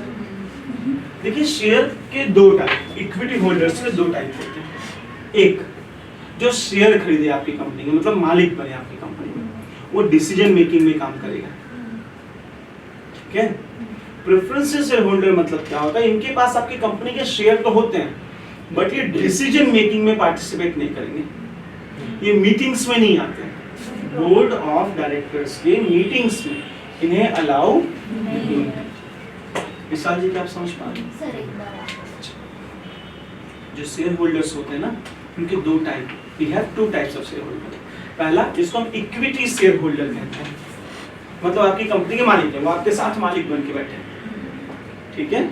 सेकंड शेयर होल्डर क्या होता है? प्रेफरेंशियल शेयर होल्डर, जो कि खाली प्रेफरेंस, उनके पास भी शेयर है, बट तो आपकी बोर्ड मीटिंग में जहां डिसीजन लिए जाते हैं, कंपनी कैसे चलेगी, कौन बनेगा, सीईओ कौन है, एमडी कौन है, क्या आप मेरी बात समझ पा रहे हो? कंपनी की जो मीटिंग होती है उसमें इनका कोई पार्टिसिपेशन नहीं होता। बाकी सबका होता है। हाँ, शेयर होल्डर्स के होते हैं। अभी तो कोई गए तो नहीं है इसमें। हाँ, मैंने तो शेयर मार्केट लिया है, तो कभी बुलाया नहीं है। शेयर मार्केट में आपके शेयर सा मेल आता होगा, चेक करना। हर मीटिंग से पहले मेल आता है, annual meeting is going to happen, let me show you, I have that mails. रोज आते हैं, किसी ना किसी कंपनी का रोज एनुअल मीटिंग होता है। आई हैव हर मीटिंग से पहले ये एक मेल आता है, अभी शायद मुथूट फाइनेंस का मेल आया है। देखो रियल टीम पढ़ता है ना कैसे पढ़ा जाता है, रट्टा मारने से क्या फायदा है, क्योंकि मैंने इक्विटी शेयर लिया हुआ है, प्रेफरेंशियल नहीं लिया। दोनों का डिफरेंस बताता हूँ। हाँ बेनिफिट कितना चाह रहा है? बता दो क्या चिंता करते हो, अभी तो शुरू किया पढ़ाना।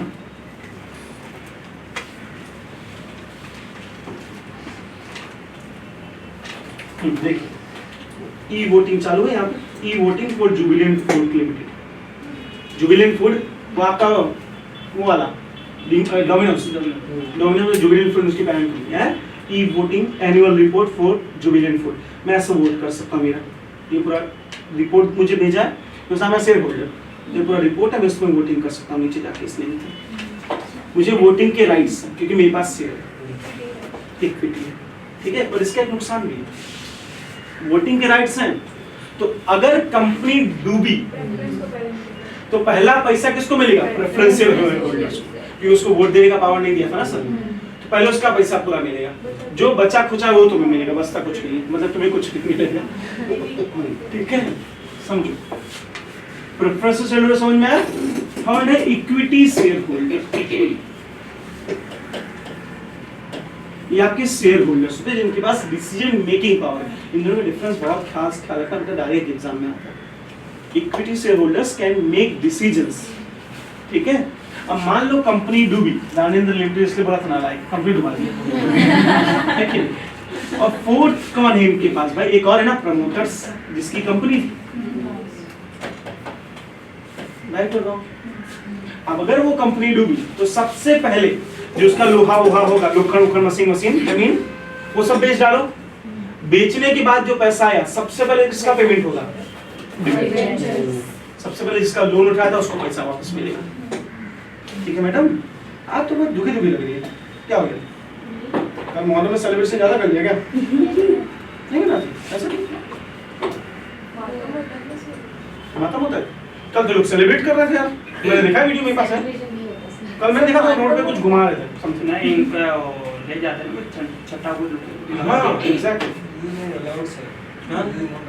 नॉट अलाउड, पर तो करते क्यों ऐसे? जैसे हमारे में गणेश चतुर्थी थी नहीं, हमने शुरू कर दिया। था नहीं गणेश, यू नो गणेश चतुर्थी का सिस्टम था नहीं, शिवाजी ने मीटिंग के लिए शुरू किया था। शिवाजी महोत्सव, गणेश चतुर्थी, ये सब मीटिंग के लिए शुरू किया गया, क्योंकि वहाँ पे अंग्रेज मीटिंग के लिए अलाउ नहीं करते थे, गोली मार देते थे मीटिंग करो तो इसलिए हमने गणेश उत्सव शुरू किया था।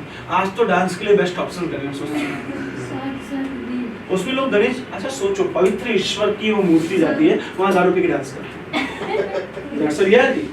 गलत चीज है, बहुत गलत चीज है, कभी नहीं करना चाहिए।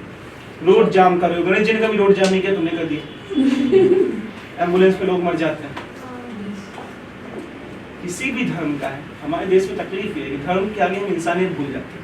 इसमें भी ऐसा है, शोक मनाना हो रहा है, ये लोग सेलिब्रेट शोक में सेलिब्रेशन कर रहे हैं। गणेश चतुर्थी या कोई भी आ रहे हैं ना फेस्टिवल्स, पूरा रोड जाम पड़ा है। मोहर्रम में रोड जाम, कल 12 बजे रोड जाम कर दिया, पूरा जाम। हाँ मेरे कितने बच्चे बेचारे वापस चले गए, लेक्चर छोड़ के, इवनिंग में लेक्चर लेना था, जाना पड़ा क्योंकि बस बंद। क्या फायदा है ऐसे धर्म का यार, जो कि एजुकेशन ना लेने दे, कि हमें अपने काम ना करें, जो एम्बुलेंस में फंसा आदमी मर जाए, क्या फायदा ऐसे धर्म का? इन इडियट्स को समझ में नहीं आता, और कोई पीछे नहीं है इसमें। जैन धर्म हो या बौद्ध धर्म, सब इक्वल है। अभी कुछ दिन पहले जैनों का चला, अब सुधरेगा हमारे देश पता। डिवेंचर को पहले पेमेंट किया, second payment preferences share holders को मिलता है, और यही इनका बेनिफिट है। अगर इनको वोटिंग में राइट नहीं दिया है, तो जब पेमेंट वापस मिलेगा तो इनको पहले मिल जाएगा। नफा वगैरह तो सेम ही होगा, नफा बहुत सब सेम, प्रॉफिट वॉफिट सब सेम, खाली इन केस ऑफ रिस्क इनका रिस्क कम है, इनको जल्दी पैसा मिल जाएगा अगर कंपनी डूबी तो, इसलिए इनके पास वोटिंग राइट्स भी। सर हाँ जी, डिसाइड कैसे होता है कि ये प्रेफरेंशियल? आपके पास ऑप्शन था खरीदते समय, जब आप बाई करने जाते हो ऑप्शन दिया जाता है, आप इक्विटी शेयर खरीदना चाहते हो या प्रेफरेंस शेयर, ठीक है। इक्विटी शेयर होल्डर, इनका रिस्क मोर है, कि अगर कंपनी डूबी तो इनको थर्ड नंबर पे पैसा मिलेगा, जो कि एक्चुअली कुछ बचता है नहीं, रिस्क ज्यादा है, इसलिए वोटिंग राइट्स भी है, ठीक है, सबसे लास्ट बचा कुचा पैसा मिलता है प्रमोटर्स को, जो कुछ बचा 10-5 रुपए बचा तो प्रमोटर्स को पेमेंट किया जाएगा, नहीं तो कुछ नहीं मिलेगा। सर इक्विटी का प्रेफरेंस सबसे अच्छा कौन सा है? डिपेंड करता है आप रिस्क लेने को तैयार हो या नहीं। वोट करने से फायदा क्या है? हाँ? वोट करने से वो फायदा क्या है? आपके अकॉर्डिंग सर पूरी कंपनी चलेगी, है कि नहीं? वरना आप पढ़ाए को हाँ। ये जो सीक्वेंस हमने देखा ना, यही सीक्वेंस था जीपीएससी प्लेन 2020, सेम सीक्वेंस पूछा, बोला था इसको इन केस ऑफ बैंकरप्सी, हर चीज ध्यान देना दोस्तों, इन केस ऑफ बैंकरप्सी किस सीक्वेंस में रीपेमेंट होगा, इसको एबीसीडी में अरेंज करना। ये जीपीएससी का क्वेश्चन था सर, जिसको लोग कहते हैं इकोनॉमिक सर ये हमारे बीकॉम का क्वेश्चन है। ये बीकॉम का क्वेश्चन, ये हर जगह आता है, इकोनॉमिक जो भी पढ़ता है सेम आर्टिकल, और ये मैं बहुत पहले दिन से पढ़ा था, क्योंकि ये तो सेम आर्टिकल का बेसिक है। ये जीपीएससी में जब पूछा ना, सबके मुंह बंद हो गए, सब मार्केट थोड़ी इतना डिटेल में पूछते हैं। पी नोट्स ऑलरेडी पूछ लिया, एफडी अलाउंस ऑलरेडी पूछ लिया, ये पूछ लिया है, टाइप्स ऑफ बॉन्ड तो हर साल पूछते हैं, ठीक है? ये खास लिख लीजिए, ये सब लास्ट में लिखना है, जैसे आप लोग बोलो। आगे का ओके ना, आज ही लाइव है, आई डोंट वांट कि लिखने में, लाइव आई डोंट वांट कि हम अपना टाइम ज्यादा वेस्ट करें। पहले पढ़ लेते हैं, लिखने की I send you the entire PDF, छापने तो we are to expert, options दो छापने का, मैसेज छापने का है कि समझी में आता है लाइव आना चेहरा दिखाना जरा इसके लिए भगवान का अच्छा चेहरा देना चाहिए, तो बहुत अच्छा बनाना भी अच्छा पड़ता है, तुम लोग का ऐसा ऐसा मुंह बनेगा क्या में सामने आदमी बोलते कैसे दिखना मुझे। फिर लाइव जा रहा है सर, हम लोग ही देखने वाले हाँ? हैं, हमारे वाले बाहर तो कौन देखने वाला? खाली आपको ऐसा भ्रम रहता है, देखने ये वाले आपका भ्रम है, देखने में बहुत शाम तक यूज बड़ा चल जाएगा। एग्जैक्टली भाई, जब आप लोग के सामने 2 घंटे खड़े रहना है, आपको रोज एक इंसान को देखना है, उसको देख के बोर नहीं होना चाहिए। आप लोग खुद को एक दिन देख लो, एक महीने का कसम से बोर हो जाओ, बोलो कि भगवान इस प्लास्टिक सर्जरी का ऑप्शन क्यों नहीं है हमारे पास, व्हाई वी आर गरीब। तब गरीब इसलिए दुख नहीं होगा कि हमारे पास खाना चाहिए, तब गरीबी का दुख इसलिए होगा रोज यही चेहरा देखना पड़ता है, रोज सुबह काम देख लो। बहुत अच्छा चल रहा है। ये वो भ्रम था। चलिए आगे बढ़े। अब हम लोग बात करेंगे बॉन्ड्स के टाइप कि जो भी हम यहाँ बॉन्ड्स शेयर खरीदने बेचने की बात करें, उसके टाइप्स क्या हैं। There are various types of bond.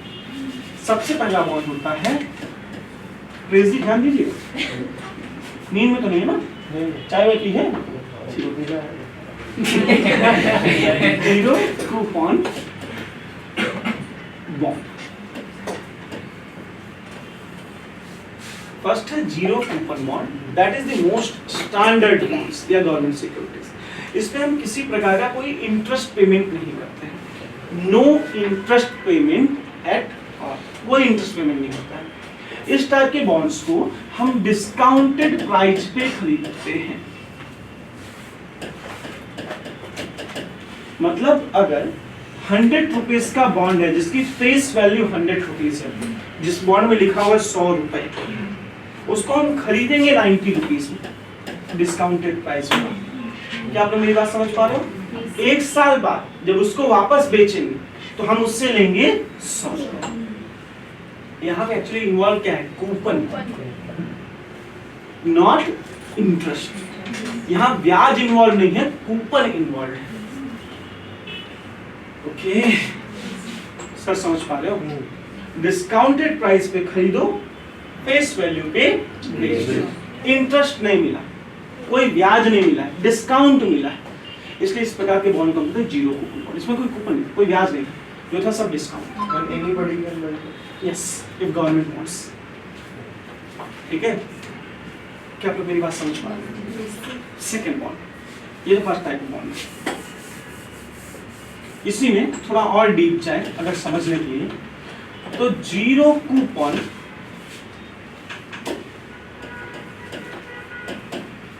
Specialised bonds,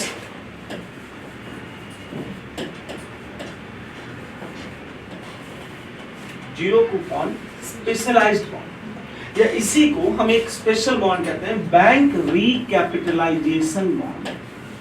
bank recapitalization appreciation bonds. अगर ये आप लोगों ने समझ लिया तो समझना आपकी थोड़ी अंडरस्टैंडिंग इकोनॉमी में बन रही है।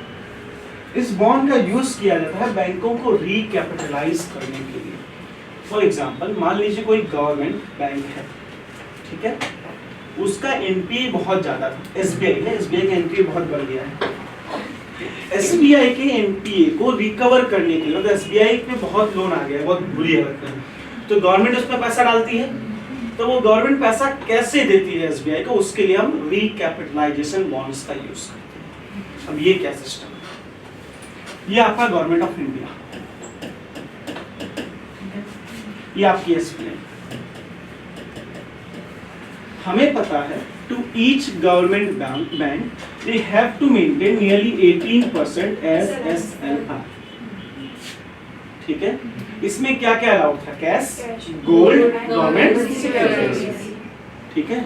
मान लीजिए एसएलआर 18% बराबर 100 रुपीज बैंक के पास पड़े हुए हैं, जिसमें से 50 रुपए उसने गवर्नमेंट सिक्योरिटीज में रखा हुआ है, 20 रुपए गोल्ड में है और 30 रुपए उसके पास कैश पड़ा हुआ है। क्या आप लोग मेरी बात समझ पा रहे हैं? पक्का? गवर्नमेंट चाहती है कि एसबीआई को पैसा दिया जाए, क्यों? क्योंकि एसबीआई में बहुत एनपीए है, एसबीआई बर्बाद हो गया है। गवर्नमेंट ने सोचा एसबीआई को हमें देना है 10 रुपए, यहाँ मैं बहुत स्मॉल अमाउंट्स यूज कर रहा हूँ, आप उसको 10 करोड़ कन्वर्ट कर सकते हैं या 10,000 करोड़ कर सकते हैं, इन शॉर्ट 10 रुपए देना है। गवर्नमेंट आरबीआई एसबीआई को कैश नहीं देगी, government will not give cash. Government क्या देगा इसे, गवर्नमेंट सिक्योरिटीज। बट इस गवर्नमेंट सिक्योरिटी पे गवर्नमेंट कोई भी इंटरेस्ट नहीं देने वाली, 1 रुपए भी एक्स्ट्रा नहीं देने वाली। क्या आप मेरी बात समझ पा रहे हैं? हाँ, गवर्नमेंट क्या करेगी, एसबीआई को न्यू गवर्नमेंट सिक्योरिटीज इशू करके ट्रांसफर कर देगी, जिसमें कोई इंटरेस्ट नहीं देना है। Are you guys getting my point? SBI क्या करेगी, इस 10 रुपए की गवर्नमेंट सिक्योरिटी को अपने एसएलआर में रख लेगी, और जो कैश पड़ा हुआ था वो फ्री हो गया 10 रुपए, ठीक है। इस 10 रुपए का यूज फिर बैंक अपने पर्पस के लिए या काम के लिए करेगी। Instead of giving cash in their hand, government will issue government securities. Vishal ji समझ पाए नहीं पाए, सही बताना। बट ये गवर्नमेंट हेल्प कर रही है ना बैंकों की, तो उसमें इंटरेस्ट थोड़ी देगी, इसलिए जीरो कूपन बॉन्ड होते हैं। इसमें गवर्नमेंट 1 रुपए भी बैंकों को इंटरेस्ट नहीं देने वाली है, सिंपली कुछ 0 रुपीज, इसलिए स्पेशलाइज्ड बना, इसमें कोई डिस्काउंट नहीं मिलता है, 100 में ही खरीदो। ओके, पक्का? इसी को हम जीरो कूपन स्पेशलाइज्ड बॉन्ड कहते हैं, बैंक रिकैपिटलाइजेशन बॉन्ड कहते हैं। अगर आपसे कोई कभी बैंक रिकैपिटलाइजेशन पर क्वेश्चन पूछ ले तो we must know what is the government में फायदा क्या हुआ? सरकार की तो बैंक थी सर, बैंक बच गई, इंटरेस्ट भी नहीं देगा।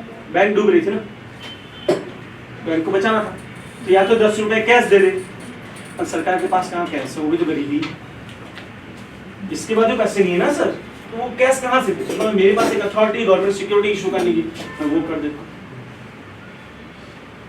कूल? पक्का? इसमें zero coupon interest rate specialised bond या बैंक रिकैपिटलाइजेशन बॉन्ड कहते हैं। Then next bond that is floating exchange rate या floating rate bonds. Floating rate bond मतलब इस बॉन्ड पे जो इंटरेस्ट मिल रहा है या जो कूपन मिलेगा, जो एक्स्ट्रा पैसे मिलेंगे, वो डिपेंड करेगा डिमांड और सप्लाई पे। जितनी ज्यादा डिमांड उतना कम इंटरेस्ट। सरकार बोलेगी यार मेरे बॉन्ड की बहुत डिमांड है, अब ज्यादा पैसे मिलेंगे उनको, आज जितनी कम डिमांड उतना ज्यादा इंटरेस्ट। क्या मेरी बात समझ पा रही है? इस प्रकार के बॉन्ड में on the basis of demand and supply interest change होता रहता है। फॉर एग्जांपल मेरे पास इस टाइप का अगर बॉन्ड है, मैंने खरीदा तब गवर्नमेंट ने बोला था 5% इंटरेस्ट मिलेगा। कितना मिलेगा? 5%, ठीक है। 2 साल बाद मैं वापस बेचने गया, गवर्नमेंट बोलेगी मैं खाली 2% इंटरेस्ट दूंगी। क्यों? डिमांड ही नहीं है इस बॉन्ड की। इनके डिमांड ज्यादा हो तो मैं गवर्नमेंट को बोलूंगा कि भाई मैं इसको वापस तभी दूंगा जब मुझे 10% इंटरेस्ट दोगे, ठीक है। दिस टाइप ऑफ बॉन्ड का जो इंटरेस्ट रेट है डिपेंड करता है मार्केट में डिमांड एंड, ठीक है। थर्ड, ये थर्ड था। Fourth, fixed rate interest bond, fixed rate, इसमें रेट फिक्स 2% तो 2%, इन्फ्लेशन है, डिफ्लेशन है, डिमांड है, नहीं है, सरकार आपको 2% पे करेगी, दैट्स इट, 2% ही करेगी। कल अगर इन्फ्लेशन 40% हो गया फिर भी सरकार तो आपको 2% ही देने वाली है, ठीक है। Inflation indexed bond, inflation indexed bonds, इस टाइप ऑफ बॉन्ड में हम इन्फ्लेशन को इंडेक्स कर देते हैं। फॉर एग्जांपल मैंने 2021 में कोई गवर्नमेंट बॉन्ड खरीदा जिसका इंटरेस्ट रेट था 4%, 2024 में ये मुझे वापस मिलने वाला है, तब तक जितना परसेंट इन्फ्लेशन आया होगा, जितनी महंगाई बढ़ी होगी वो मेरे इंटरेस्ट में ऐड हो जाएगी। मान लो हर साल 2% महंगाई बढ़ रही है, तो 2022 में 2%, 2023 में 2%, 2024 में 2%, तो 6% आपको इंटरेस्ट क्यों मिलेगा? क्योंकि आपने महंगाई बढ़ गई, और प्लस 4%, दैट इज टोटल 10%। बताता हूँ डिफ्लेशन को, बताता हूँ। ये क्लियर समझ गए आप लोग? इन केस महंगाई कम हो गई, रिसेशन आ गया, डिफ्लेशन आ गया, 1% हर साल कम हुआ, तो 3 इयर्स में आपके 3% कम हो गए, गवर्नमेंट आपको कितना देने वाली थी? 4% -3 कर देगी, खाली 1% इंटरेस्ट मिलेगा। अगर डिफ्लेशन आया, डिफ्लेशन मतलब महंगाई आ गई, तो महंगाई के टाइम पे गवर्नमेंट आपके इंटरेस्ट काट भी देगी, क्योंकि उतना तो इंटरेस्ट रेट कम हुआ ना मार्केट में। इन्फ्लेशन इंडेक्स मतलब अगर इन्फ्लेशन आया ज्यादा इंटरेस्ट मिलेगा, डिफ्लेशन आया इंटरेस्ट कट जाएगा। क्या आप मेरी बात समझ पा रहे? रिस्की है सब, पर ज्यादातर लोग यही चाहते हैं क्योंकि इन्फ्लेशन हमेशा बढ़ता है, कम बहुत कम केसेस में होता है कि नहीं।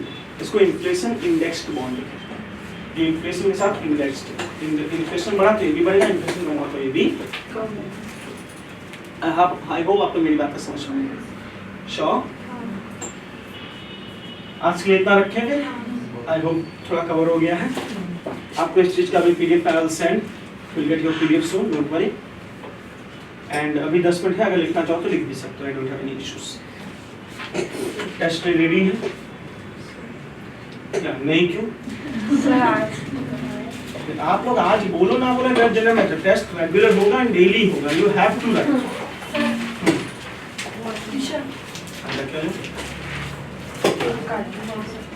आज एक ही क्वेश्चन है,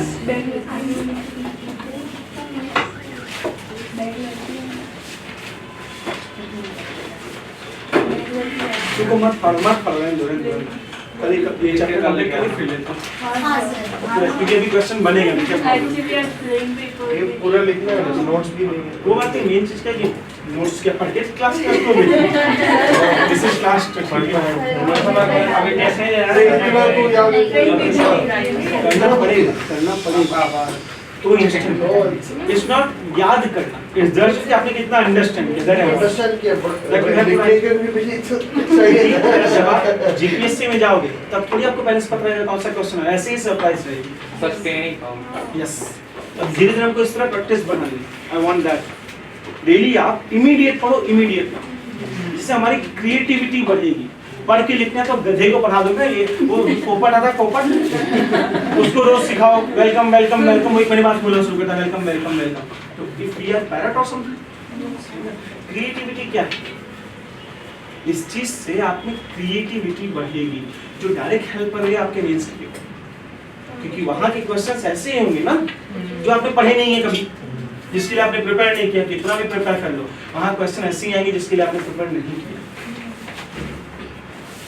That will check your complete creativity, कि आप कितने क्रिएटिव। आज ईमानदारी से बताना, सुन मेरी बात, बच्चे इसीलिए फेल हो रहे क्योंकि उनको टेस्ट पढ़ा के लिया जाता है कि पहले पढ़ लो फिर टेस्ट दो। तो उसमें और रटने में क्या डिफरेंस है? What is your creativity? इसमें जो अपने वीकली टेस्ट होता है वो भी मैं इतनी अजीब लेता हूँ कि आप लोग कभी एक्सपेक्ट नहीं करता। इस बार 25 क्वेश्चंस में ये था, किसी ने एक्सपेक्ट भी नहीं किया। ऐसे कुछ नहीं भी होगा, अगले बार भी कुछ ऐसे नहीं लाऊंगा, ठीक है। आई वांट जो आप एक्सपेक्ट ना करो वैसा कुछ हो, तो आपकी क्रिएटिविटी बनी रहेगी। लेक्चर टेस्ट में ये जो चल रहा है जिसमें आपको कंपलसरी राइट करना है, that will increase your creativity. इससे आप देखो पढ़ा के टेस्ट लेना या सब्जेक्ट बता के टेस्ट लेना, कि जब जीपीएससी देने जाओगे आपके पास सारे सब्जेक्ट्स हैं, they can ask anything out of that subject. काफी आपको कुछ नहीं आया होगा फिर भी आप आंसर लिख लोगे क्योंकि आप क्रिएटिव रहोगे, आपको पता है वर्ड्स के साथ प्ले कैसे करना है, क्योंकि आप डेली कर रहे हो। पढ़ के तो हर गधा लिख लेगा, वो पढ़ के इसलिए जो मॉक टेस्ट आता ना बच्चे बहुत अच्छा स्कोर करते हैं, जीपीएससी में फेल हो जाते हैं। क्या ये गलती नहीं करना है, इसलिए पढ़ो ना पढ़ो इन lecture just I want to check your creativity and that too you have to write in a proper manner. कल मैंने पेपर चेक किया कि आप गधों ने क्या क्या लिखे हैं। एक लाइन को आंसर करना 10 मार्क्स का क्वेश्चन था, वो तो सोचो सर पर एक्सप्रेस करना ही नहीं आता। तो दैट इज द प्रॉब्लम ना, इसीलिए तो ये है आपने सर सारी लैंग्वेज यूज कर डाली, शुरू क्या हिंदी इंग्लिश गुजराती इंग्लिश नहीं रहा मैं हिंदी लिख रहा था, फिर टाइम मेरा बहुत ज्यादा आ गया। Exactly. समझ गया कि अभी आपने जब बोला ना 5 ही पढ़ा है तो मेरा पास दूसरा क्वेश्चन आ गया। आपके पहले क्वेश्चन में स्टार्ट हिंदी से किया, हिंदी में बोला फिर आगे मुझे नहीं बोलना डाइवर्सिटी को सपोर्ट करते हैं। इतना भी मत करो, भी ऐसा ही। घर पे लेक्चर तो थोड़ा टाइम ज्यादा पढ़ना होगा, इसीलिए क्यों प्रैक्टिस करना है कि टाइम तो हमारे पास है। डन। संडे को टेस्ट होगा। इस संडे कल और परसों आपका ऑफ है, कल रक्षाबंधन है, परसों आप जा सकते हो जहाँ जाना है, ठीक है। डे आफ्टर दैट हम स्टार्ट करेंगे अपने कंटिन्यू लेक्चर्स। कल 2 दिन ऑफ है, आप लोग रक्षाबंधन को एंजॉय कीजिए। इतना वर्कलोड मैं देने वाला हूँ, एंजॉय जैसे कुछ बचेगा नहीं भाई दिन। अभी आप लोग ग्रुप चेक कर लेना, आपको मिल जाएगा होमवर्क लिखिए।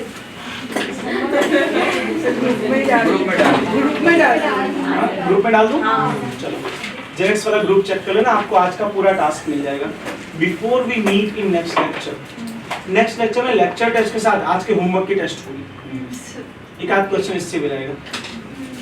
कितना भी एंजॉय करना है कर लो, स्टडी करो, ये बार कंटिन्यू ब्रेक होगी तो टेस्ट नहीं, टेस्ट इस संडे नहीं, ये सिलेबस नहीं हो पाया 2 दिन में क्या पढ़ाया मैंने जो टेस्ट लेना, ठीक है। इस संडे तुझे क्या हुआ बेटा, क्यों इतना मुंह जैसा लटका लटका, पक्का नहीं ना? पहले से ऊपर दिखती थी, आज से कब से खुद में खोई हुई है। आज उसने ऐसे छोड़ो नहीं बन रहा।